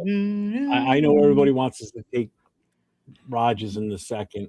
Rodriguez, I mean. The first tackle that comes to mind that might fit there or be at that spot might be the kid from Arizona, Ilchinor, if he makes it, if he lasts that long. Mm-hmm. But I would go with the Best. best offensive tackle available at that point, or go with the top defensive tackle. That's my feeling. I don't want to go wide receiver. Sorry. I would have probably been okay with it at number 14 because we could have not an gotten option. a good one at that point. But Yeah. 14's off the board, so It's Don't no leave longer- fantasy land. Ravens. Yeah. Yeah, we just had a. But brief- if we traded away the number 1 pick, we'd have extra picks to get all these different players that we could really use to build this roster up. In a different I was so multiverse. hopeful we were going to go a whole stream where we weren't going to You know debate he's not that. We going. almost made it. Almost made it. I wouldn't even trade them to the Jets. I'd trade it with Arizona. People live in multiverses nowadays, so it's like Why? Like they said earlier. It's Don't the tell me how Truman to Show. opinion. It's the Truman Show. Don't tell me how to make my mock draft in my head. It's the Truman Show. Hey, Jay told you to after the first round, man. Yes, that's why. That's why I told you. I'm like, look, I said second. Jake If too now it's- after the That's why I first tried round. to Come on, moderate it. I was That's why hoping I to go a said. whole stream without debating the first Dude, pick overall yeah, when it's been debated so exactly. many times. Can we go in a different direction, please? Can I ask a simple question though? Seriously, this is a legit question. Is Are it we, though? are we not all Raider fans?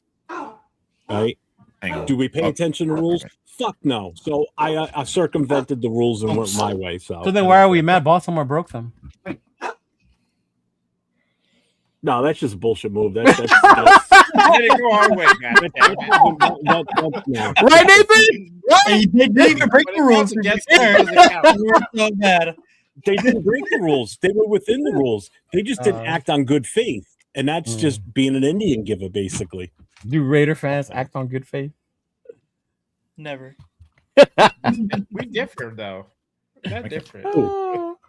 Hey, are you okay? Oh man. Yeah, I I just don't had to go think so. situate my dog. The postman was at the door. Mm. Mr. Postman. Yeah. Sorry, was what you were saying directed at me, or was it just in general? I had to. No, I was making sure you're okay because it looked like you fell. No, I just asked, are we all, what are we? We're all Raider fans, right? Do Raider fans follow the rules? AR, what's Raider rule number 1? Cheating is You're not encouraged. cheating, you're not trying. And what's rule number 2? See rule number 1. Thank you. I state my case. You know, to that though, Prosecution like rest. it was very surprising to me when I was in the States. I'd say 80% of the people I asked that question didn't know the answer. I found that quite shocking, to be honest. I didn't. I'm not surprised. I didn't. Yeah. I'm not surprised. Anyways, Next. Well, Who is it, Leo? all right. Well, either one. I'll go with Leo. So, who do you think we should get? Who do you think we should get like in the second? And I think Spike Tech already said it. When you start peaking at need, you reach for players and you draft them sooner than they should be. So if Spike Tech is going to stick to his guns the way he's saying, he's going to look at that board and whoever is best player available at 36, that's what he's going to go with. Mhm. So if it's a defensive lineman, if it's an offensive lineman, whatever. But I'm hoping that's the mentality he's taking and he's being for real about it. Instead of going up to reach like, oh, we need an offensive lineman. Oh, well, this guy's here. We need a linebacker, right? I've been saying I love Jacob Rodriguez, but I think at 36 he's a reach, right?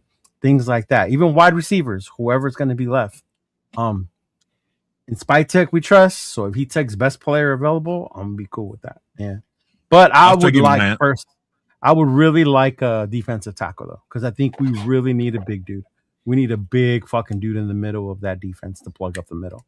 And if we can find one early in the draft, I think that would be ideal. But then again, I won't be mad if there's better players on the board. Yeah, I don't want to see a Jack Besh like I did last year. I'm going to be upset because he was not the best player on the board at that time. Yeah. We he really needs to step his game up.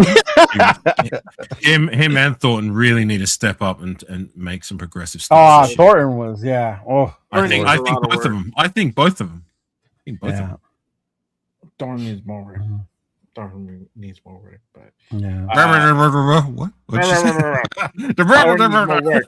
Thornton needs more work. It's because I went away. Right. So what about you? So what do you think, AR? Who do you think we should get at the second, third, and so on and so forth? After I give my take, I gotta get going. So I appreciate you guys. Thank you for having me on the panel. Appreciate you for coming through today. No, it's been fun. It's been fun. I always appreciate chopping up with you guys, and anytime you need us to come on or would like us to come on, I would appreciate that. As for what I think, BPA for me is pretty simple, whoever it may be. Yeah, BPA number at with the first pick too, and I believe Mendoza is that BPA. So, yeah. Who'd you put? Oh. Who's a Reese? Angel Reese? How about Reese? Oh God, no. He wouldn't go that far. Yeah. I knew an Angel Reese. Angel Reese. That's funny. Oh my God. Hold on. Are we really going to do this again, Jeff? I actually enjoyed coming on the stream, not debating the fact again when we've done it how many times. I don't want to do it. Let's. He's allowed to have my piece. We all know your take, so let's keep it like with other things related to the fact. Boo this man. Right? There's only so many times I can debate the fact. I just want to do it again. I gotta boo this. But yeah, and I mean, you know, I don't know. For me, I'm with Leo.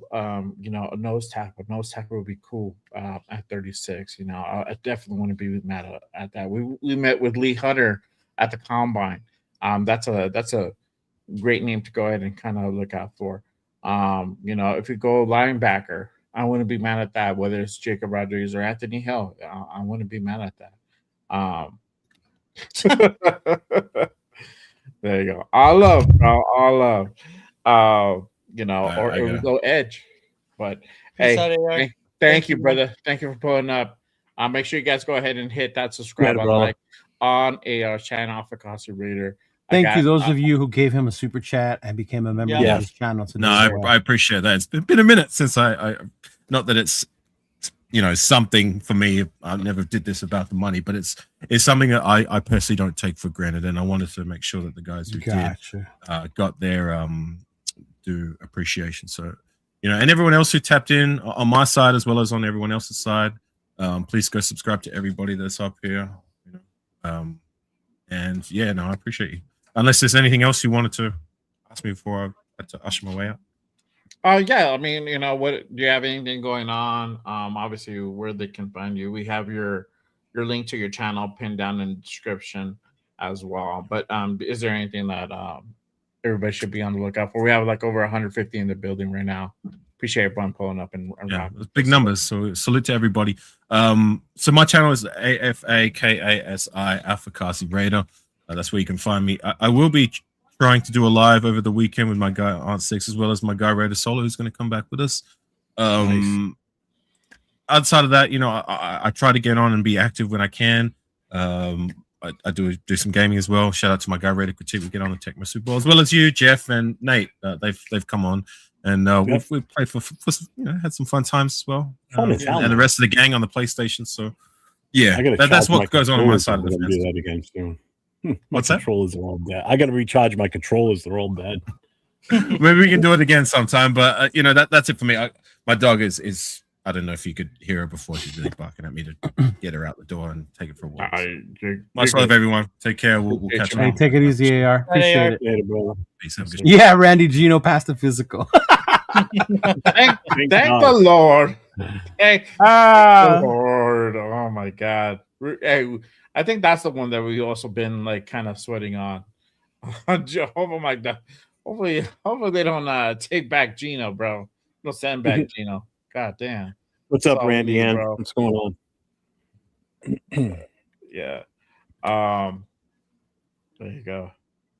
Shout out to Jack with the 5 gifted memberships Been a while. on Figured the AR show him channel. some love.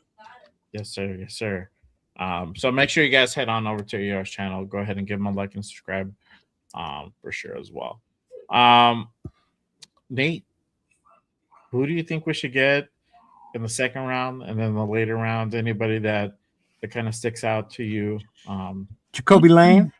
Yeah, that I've been saying too, guys. I've been saying USC propaganda raider in the house. I've been saying two guys this entire time. It's been Jacoby Lane and Jacob Rodriguez. And Malachi Fields. Appreciate you, John. Malachi Fields, garbage. But I think those two guys could. I mean, less now considering our signings, Jacob Rodriguez. But I think I would want him even more now considering our signings. You think so? Yeah. Because then now you wouldn't put so much weight on a rookie linebacker. You know? Yeah.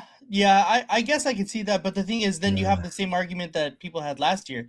We have a second round pick, and he's not even playing.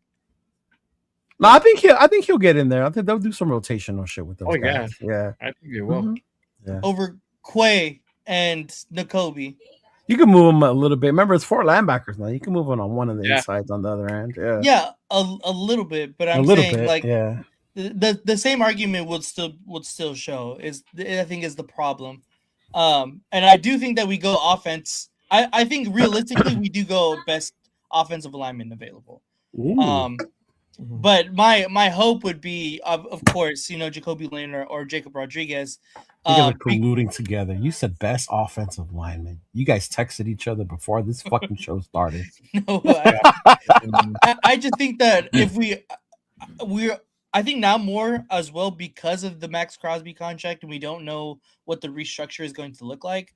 I think that we're going to be it's going to be a little bit harder to sign a free agent offensive tackle or offensive guard, whatever they value more at this point. And so that we get that we obviously have the number 1 overall pick, which is going to be Mendoza, and our number 1 priority is going to keep him up.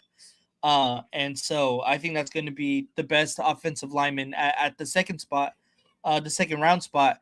But of course, for selfish reasons, I would want it to be Jacoby Lane. I think that he's the first round talent, and you can get in the second round.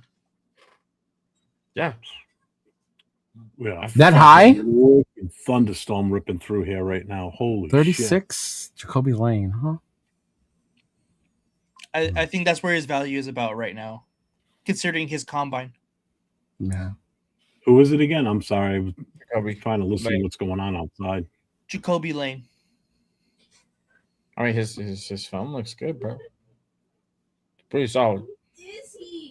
Yeah. Pretty solid. Yeah, how crazy would it be if people would take that Kyle Lemon shit seriously and he falls because of his demeanor? I would fucking love it. I'll tell you that. It would be like when Randy Moss fell, remember? Because of his attitude problem.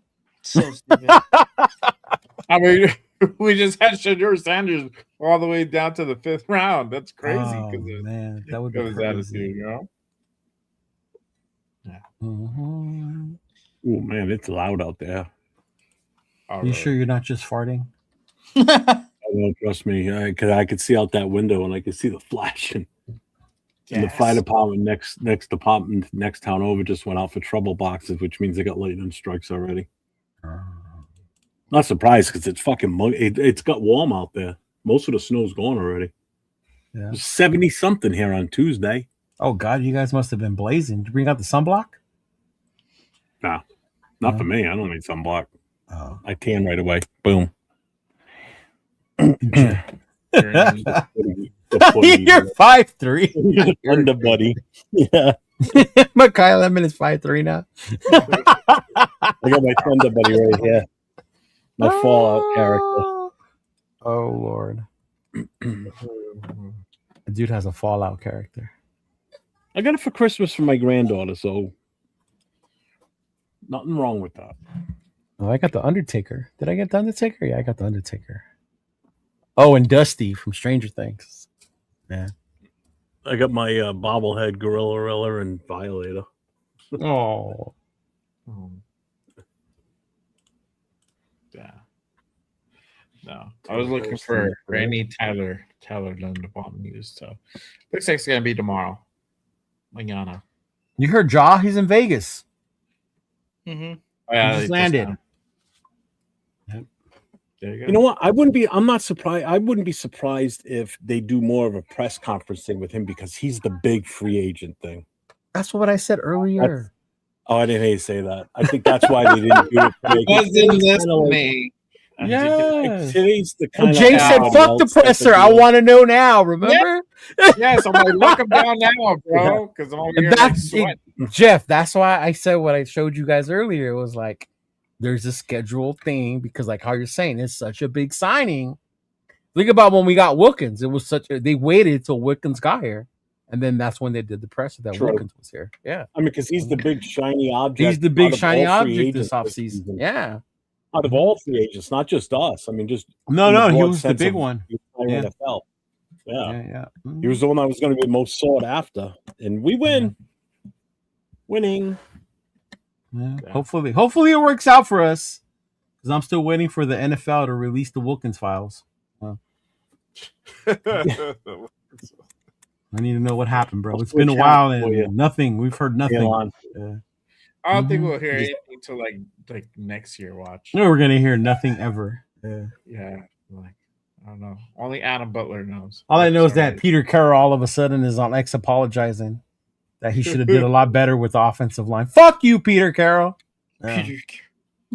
Hey, you know what? Don't you slander his name. Without him, we wouldn't have the number 1 pick. And this is the year I didn't want it. Right? I wish we would have had the number 1 pick. Years, year. we're like, Yeah. we should get the number 1. The worst draft here, we're like, okay, now we get the number 1. You're right. Yeah. Out of the year, we're like, oh, Max is never going to be traded. Max gets traded, then it gets sent back. Oh, man. I'm telling you, we can't have nice things. No, that's what 805 said yesterday. The minute he hopped on. Leo, why can't we have nice things? That was because we're the fucking Raiders, bro. Yep. Yeah. And you know what? I wasn't too shocked because I'm like, yeah, things are going too good. I'm like, oh, Raider Pete Concepcion would be fucking nice, man. Jesus Christ, I would love Concepcion. Yeah. Yeah. See, having that 14. Nice. Midget drawer football could be one of the wildest things one could witness. Hey, bro, if we sign Kyler Murray and we have Ashton Genty and then we have Makai Lemon, bruh, midget drawer football. Come on now, Nathan. Little people running down the fucking sideline, bro. That's it. It'll be like that old video game. Remember the one kids with the little big heads, the backyard football? Oh, backyard football, yeah. Yeah. Hey, that shit was fun as fuck, though. Did you see Foster Moreau went to the Texans? Yeah. No, did he really? You know what? I'm glad he's still playing. I remember when that whole thing went down when they found that in his blood. Remember from the physical? Yeah. Yeah. I like Foster Moreau. I did like Foster Moreau. I did too. Yeah, he was good. Yeah. I always liked him. Yeah. That's a good weapon for CJ over there. Yeah. Getting sorry? No, dude, the draft is. Jeff, do you remember what the draft used to be 10 years ago? So as far as even entertainment wise? I mean, it was always on TV, but it wasn't like it is now. Yeah. Even more. It was more than 10 years ago before they switched to this current kind of format. Oh God, yeah. It's a far cry from what it used to be when it used to be in New York City all the time. Yeah. You know, they were in the Radio City Music Radio Hall. City Music Hall. Yeah, you would hear when in there because I had a few of my friends that used to go in there, and what they would do is ESPN was the sponsor for it, so they would give you all kinds of shit for free when you walked in the door, and one of them would be a transistor radio. You'd put the earpiece in because you would listen to the live broadcast of Chris Berman and all the guys. Because other than that, it's so loud in there you can't hear shit, and you'd be able to listen to them live as they're talking. So you'd be looking right at them and you're listening to everything they're saying. Yeah. You know. But yeah, it wasn't as commercialized as it is now. No. Like first round was It's so fucking first long second too. Oh my round god, was the first like- round lasts forever now. Jesus Christ. Well, they milk it. Yeah, when we were standing there, we picked what 13 that year we went to Detroit. Jesus Christ, it seemed like we were standing there forever just to get to 13. Yeah. Yeah. Mm-hmm. Yeah. And that's the other thing I was excited with the number 14. I figured because I Right. talking to 805, I said, this is going to be fun for us because now we're going to be able to stay for the first round for the rest of our pick. It's not like the first pick comes in and move back away from the stage a little bit or move further out of the crowd. Right. If we were going to pick 14, I'd want to stay up as close as I could at that point. Now, first pick, once that pick's over, I'll move further back out of the crowd, away from the crowd a little bit more. But, Yeah, I know. But well, blame the pigeons for ruining your draft. The I hate the Ravens. The now. pigeons. I didn't like them before here, and I hate them even more now. Shout out to our guy Avocasi. He's put the $5 super for Jeff. He says, "Thanks, man. I saw what you did. Didn't have to." You're brother. welcome, my guy. I appreciate you for coming on, my guy. Salute to you on the $5 super. All right. But yeah, we'll see what. Real quick, Go ahead. I've been looking for this and I finally found it. Did you see what Pete Carroll had to say about Geno Smith? No, I didn't see. I just saw what he said about the old line. What he said about Gino. Have it up. You can put it up. So, former NFL coach Pete Carroll says, who developed a close relationship with Geno during their 6 seasons together, was a bit amused when he heard his former quarterback had been traded to the Jets. He goes, I had to chuckle a little bit because of the history and all. He told ESPN Wednesday in his first interview since being fired by the Raiders. He says, we should have coached him better. Was one of the things. That's what he said about the O line too. We should have coached them better. He goes, I love talking about G. That's what he calls Geno. He goes, I think I see him differently than a lot of other people see him. I love him and appreciate him differently.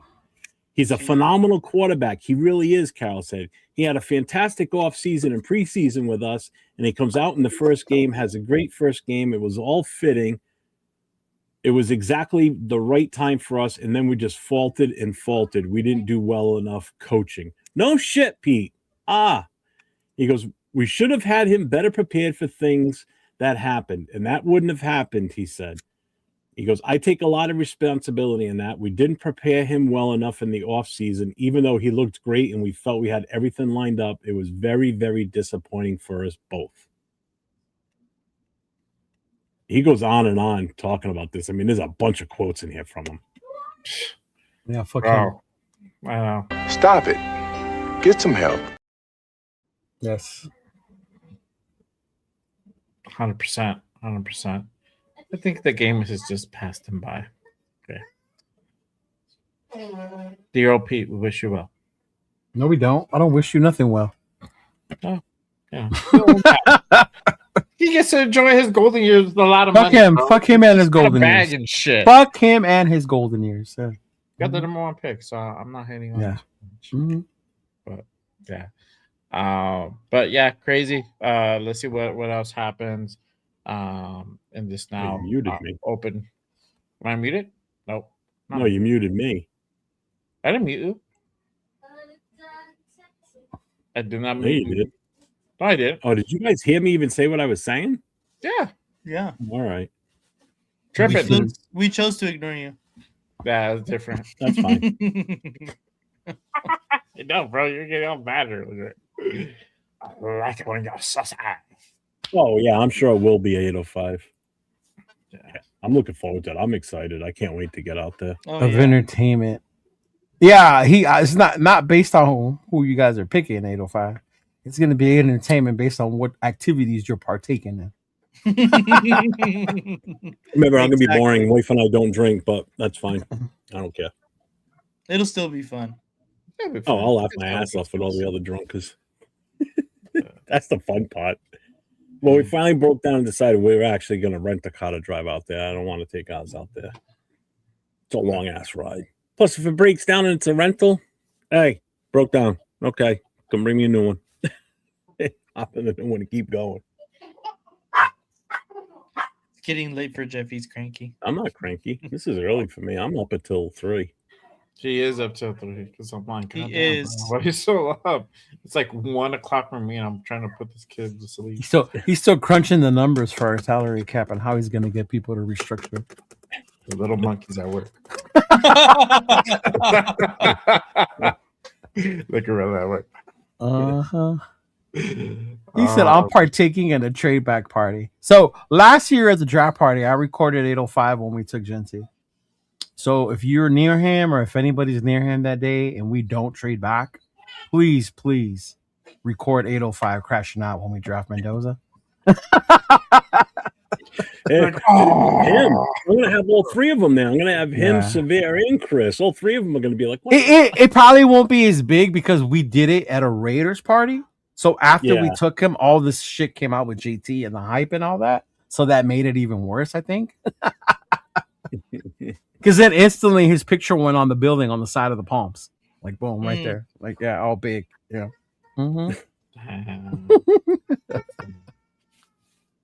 Caleb Banks. Yeah.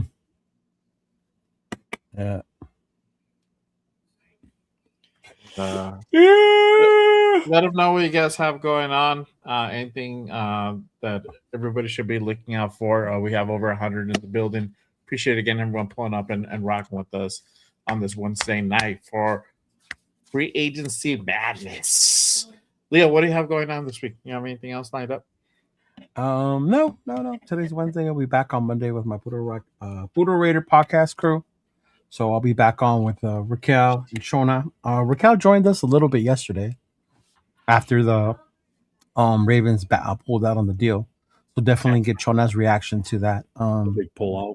Yeah, the big pullout. So we'll see what happens. And then hopefully by then, everyone will be announced. I had to talk Chona off the ledge right now a little bit. Chona was getting a little worried. He didn't see all the players signed that had committed. So I was, time to relax. They just landed. He's like, okay, cool. I saw him post this just now, and I went into the mock draft thing. Yeah. Jets didn't offer me anything. Really? They didn't. First one to come up was Arizona, and nothing from the Jets. Nothing at all. That's crazy. Because they got Gino. God bless them. Yep. Arch Manning, here we come, huh?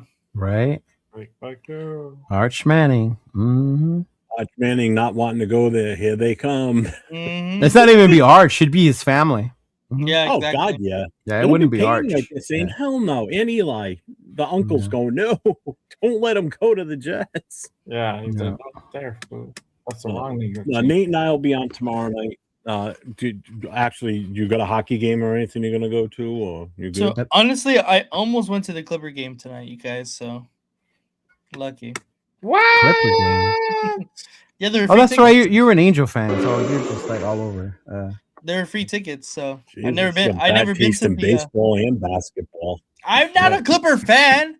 He's a Laker fan. Then why would you go to a Clipper game? Because it was free. Tickets. Who are they playing? Who are they playing? Oh, free tickets. Who are they playing? They're playing the Wolves? Yeah. You would have seen Ant-Man? Yeah. Oh, okay. Exactly. That's different. Now it makes sense. Okay. Exactly. If it's for free, I mean, No, but for free to see Ant-Man? Oh, yeah. That's why. Like if the Clippers were playing the Wizards and they were for free, I'd be like, it's a lot of traffic. I got to pay parking. Exactly. Like, Exactly. 2 hours. Who's Ant-Man? I don't follow basketball. So. Anthony Edwards. Yeah. Mm-hmm. Michael Jordan's illegitimate son. Anthony Edwards, the guy from ER? The guy from Revenge of the Nerds? No. That's a different Anthony Edwards, bro. Your mic is on. We could hear you. We're just like, man, no. We're not ignoring you. Yeah. Oh, my bad. That's crazy. All right. But sorry, I'm not a tomorrow, Raider fan. I'm a Saints fan. We'll be on tomorrow night at 10 o'clock Eastern time. There's no hockey. There's no 7 o'clock Pacific. Baseball hasn't started yet. The World Baseball Classic? Well, I'm saying like games to attend to. Oh, and I can't go to that flag football game anyway, Nathan. There you go. It's the 21st. It's the day of the Easter fundraiser barbecue. Yeah. The one that they moved from Dubai to LA now. It's in What April. is it, bro? It's the NFL one there, right? Yeah, it's the Tom Brady one that's sponsored. It's a flag football competition. Yeah. It was supposed By to be Fanatics. in Dubai, but with everything going on Yeah. over there, they moved it to the Like States. NFL cool. players supposed to come out and play, participate. Oh, okay. They're drafting like team players. Like a lot of NFL players are in it. Yeah. Oh, okay. That's the one with the commercial for Jalen Hurts, right? I heard Yeah. about it. but Yeah, I haven't- yeah. No. No, that's What? the Olympics one That's for the him, isn't it? Olympics. Yeah, that's the Olympics. Are they going to let pros play in that? Yes. Why not? Ooh. I'm just Yeah. Pros asking. just played in the Olympics in freaking for the NHL. Yeah, I Yeah. understand that. I totally get that. But I wonder But- what type of injury clause, contract, whatever. They because all that could have be- insurance for it. Yeah. I got my medal one, bro. Yeah, insurance is great, but what about the players that are going to be on the field for whatever? You know what I mean? Like, how's that impact the team? Like, say Genti goes out there and blows what? out a knee. Now Yeah. what? Genti's on the flag football team. So I know he is. That's why I'm saying it. Yeah. So what if he goes out there and blows a knee out? Then he blows his knee out and we pick Jeremiah Love. I hope that means Genti's gonna go to Battle Why for the dra- Vegas if he's doing extra. Yeah, all right. But All right. what about the Olympics? Yeah, it's the same thing, though. I mean, that happens after the draft that year. And Mendoza goes out there and plays quarterback, and he tears his ACL. Now what? Now we're Oh, screwed. shucks. Oh no! Boo! no. Boo! I know Right. too. You won't, Mike. Oh, you mean we got to draft on the quarterback? Oh, Oh, now we gotta actually have a good one. Fuck. we got to get a good one. Hey, Nate, tomorrow night, what do you think about doing mock drafts? Oh, I'm cool with Lord. it. I'm cool with it. Let there do it. be. We haven't mock done one yet. Let there be mock drafts live. Just make live sure you mock don't. drafts. Make sure you have one without the number 14 pick. Yes, and the, Oh, they're already Cap up there. Jeff, They already put Where's that the number applause? for me. cap Jeff at 15. Yeah, Let him get more than 15. If not, you're gonna be there all night. Jeff, you can't make any Trade back, trades. trade back. No, I trade back. wouldn't. I would do very minimal. I'm not gonna because it'd be a serious one. When I do those big ass ones, that's just to be funny and see how many I can 805. get. What are you saying? Mendoza doesn't have a run game to rely on in flag football. He wouldn't know what to do, huh? I just Back shoulder throws, 805, all the way down the field, baby. Back I shoulder just know throws. Caleb Williams is gonna torch an absolute freaking poor French team in the fucking Olympics. I'm sorry. But hey, 805, Bob. Guess what? Guess what he He's is. pro ready. End of story. Who's pro ready? Who's pro ready? Fucking But He's not pro ready. and that didn't even work out for them. Yeah, exactly. I wanted to Bo go ahead and put some Callahan. shit. Bo Callahan. Mhm. What was the name of the guy they took? Shit. The defensive player they ended up taking in Yes, that The movie. linebacker at Ohio State, Arvell Reese. Shut up. He looked like Arbel Reese a little I bit. forgot his name. Right now. Was it Mac or something? It was Mac. Vontae Mack. Vontae Mac. Mac. Vontae That's Mac. it. Yeah. And what was the running back's name? Something Jennings. Something Yeah. junior, yeah. Something Jennings. Yeah. Because that was the running back was He was He was Cleveland royalty. Yeah, he whatever was the very fuck Was it Arian is. Foster. Terry Cruz's son in the movie. Yeah, it was Arian Yeah. Foster. Arian Foster. Yes. Hey. I would Such take a damn Arian good Foster movie. I'm in gonna a watch fucking that a few heartbeat. times leading up It's to the not draft. now, that too. great. Would you I love It's that movie. far-fetched. would you guys hate if the Raiders drafted Branch at any point? Oh, I in would the love draft? Zach Branch. Oh, of course. He's Raider. If he's there later in the draft, why Royalty. not? I know because that's No. all like Raider royalty. Would you guys be mad at that? I wouldn't, but you have to remember that he's From Las not Vegas. a big receiver. He's not size Yeah. either. Yeah. He's not. He's a better Trey Tucker. Yes. Just imagine we grab him and he ends up out playing Tucker, and Tucker gets cut in training camp. Well, then you gotta start crunching the numbers, bro. Get Tucker out of there. Going, baby. I'm Right. get the little monkey. Go get in your little cave with your cat nerds and be like, all right, y'all. Look, this is what we can do. Yeah. You should. I should. We should make a clip and go back to when 805 says he's not pro ready. Because there was one live he did when they were talking about quarterbacks being pro ready, and he was like, That guy's not pro ready. "Yeah, he's not pro ready. The only one that's pro ready around here is Simpson." I did it for you to piss you off. Oh my god! Caleb Williams would be the perfect flag football quarterback, and I completely agree. Yeah. Oh god, yeah. But I think it's gonna be Jalen Hurts though. You think so? Isn't Tom Brady playing too, or is he coaching? No, that's completely different. I'm saying That's a different one. saying the Olympics and Olympics. Fanatics is different. Oh, Yeah, the The Olympics. Fanatics tournament's the one that's coming up. Mhm. that's the one that's being moved from Dubai to LA. Yes. right. Uh-huh. Okay. Yeah. Yeah, he's playing in that one though, correct? Tom Brady and yes. Gronk. Yeah. Mhm. That was why I wanted to go so I can see Tom Brady. Yeah. Mhm. I see Tom Brady. It's okay. Yeah. It's not that special. My mom has know. like 30 pictures of him. It's okay. I know. You created Oh. his website. I saw. Big fanboy. Really served. I can't be within 150 feet of Tom Brady because I might threaten to punch him in the face. Oh So. my gosh. Don't you go I get still yourself would. I'm telling you, if like you walked in, Henderson I don't and think I like can handle it. Allegiant before you even get there. They're like, sir, If have you your- have Oh, a do big- that, please, 805. Do that, please, bro. Please. Have it- So I can have make his plenty more picture, lives like, just for that purpose. Oh my god. Mhm. What do you Yeah. say? Oh, man. Yes. He's Do not it. pro ready. God damn it. Like, I Here- don't care here's the thing. You know, I asked him if he realized that last week. I must have said that about 7 or 8 times throughout the show, trying to just throw it out there when he was on with Nate and I last week. I kept saying, "Here's the thing," but Oh, he he didn't does. catch it. Yeah. Mhm. Oh, man. That's our guy, James, with the What's up, James? Raiders. You already know. Yes, I guess, sir. I cannot see Jeff tackling Brady. He wouldn't catch up to him. No. Oh God, no! I would never catch Best him. shot is like trying to trip him as he was like walking by or something. I'd have to corner him somehow. Yeah. use your back scratcher, bro. You're like, where are you going? Where are you going? You're not going anywhere. Oh, bro. That's funny. For me, I don't have anything lined up this weekend unless something goes down. But yeah, I'll be back on Monday with Rogers Unfiltered. So make sure you guys go ahead and pull up Monday afternoon. So great show. Make sure you guys go ahead and watch the replay of that. I had Will No, and Michael. on Monday. Really Sorry, good show. Michael. No news about Deuce, Michael. Sorry, brother. No news. But we're getting Derek Carr apparently. So keep your head up. Yes. Yes. That's why they're having a big press conference tomorrow. Yep. For Derek Carr. They're gonna break all that news tomorrow.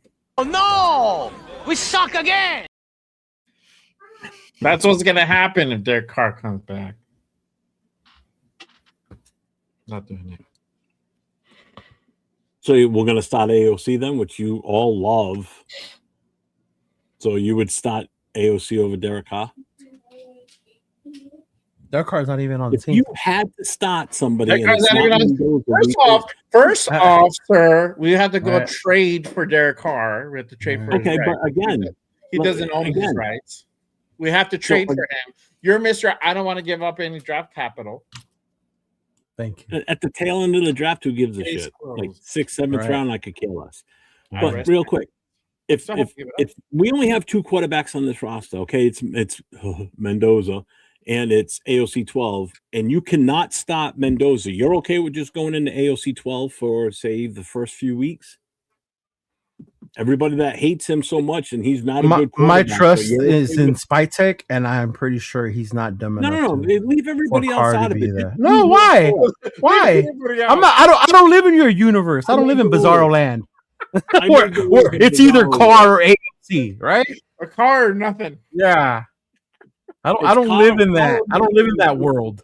But Yeah. again, are you okay going into this Right. preseason or the training camp with just 2 quarterbacks?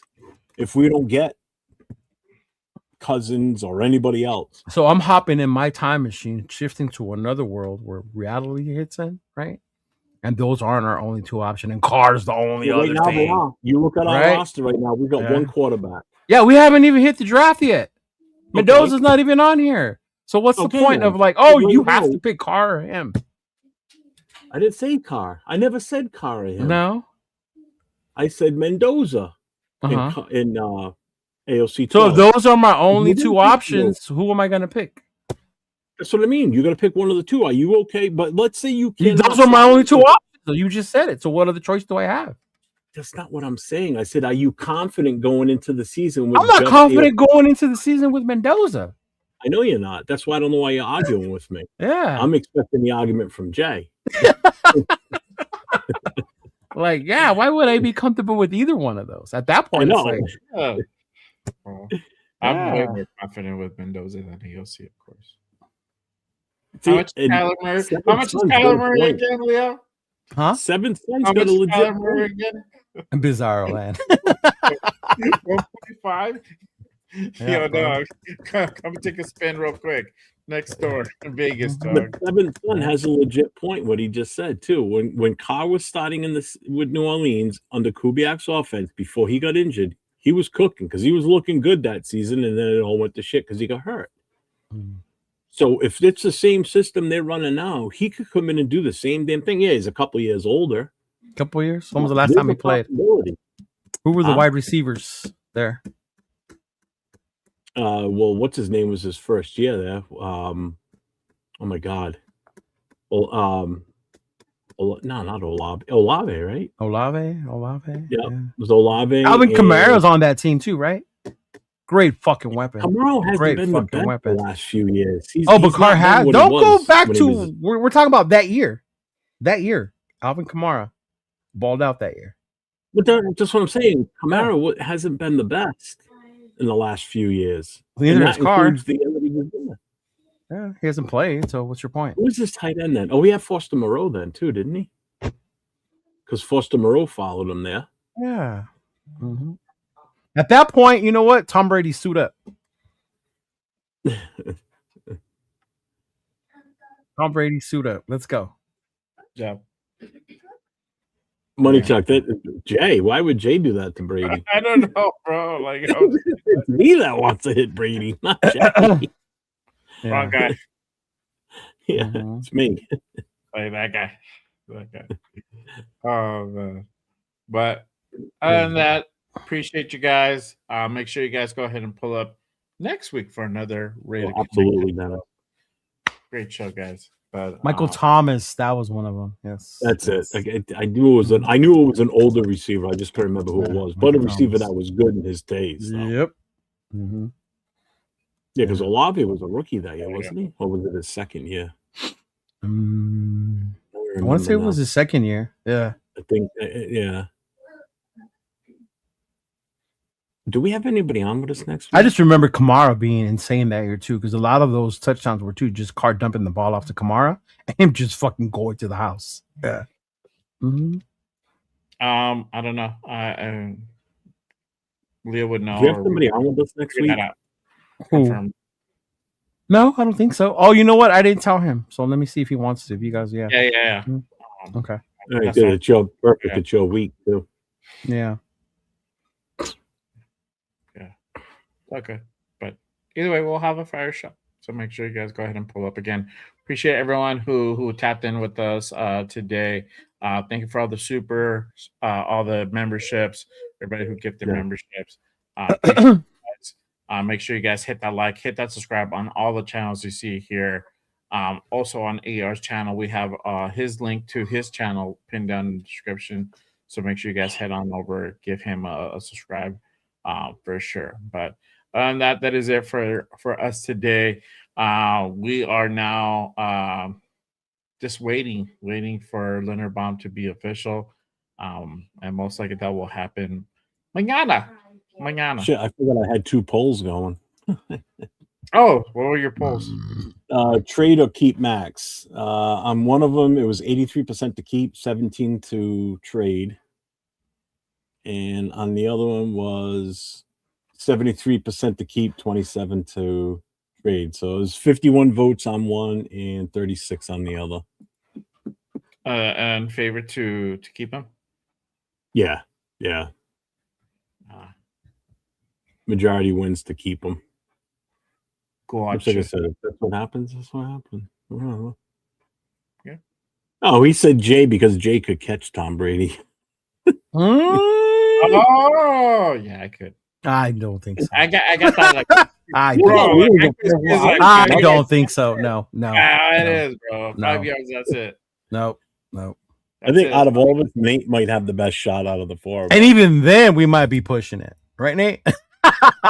If we go the five of us that were on screen, then my money's on Afakasi. Yeah. Yeah. No, Tom Brady's still in good shape, man. He could still move and play. Yeah. This isn't bad. No, polls, not bowls. I know. That was me. Hey, real quick though, shout out to the moderators tonight too, because we had a shit ton of people in these channels tonight. Holy crap! Yeah. So thank you all for doing your jobs and keeping everything clean. I appreciate it. Yeah, for sure. And I appreciate y'all. Make sure you guys go ahead and tap in next week with the Raider Connections show. Till next time, stay safe, nation. Stay safe. Go Raiders. Yes, sir. Raider Nation. It's time to connect. Leo, Jay, Nate, Jeff, Rod. Yeah. Silver and black. The crew is insane. Breaking down the madness before you can blink. Another week, wow, another storyline. But the Raider Connection keeps it all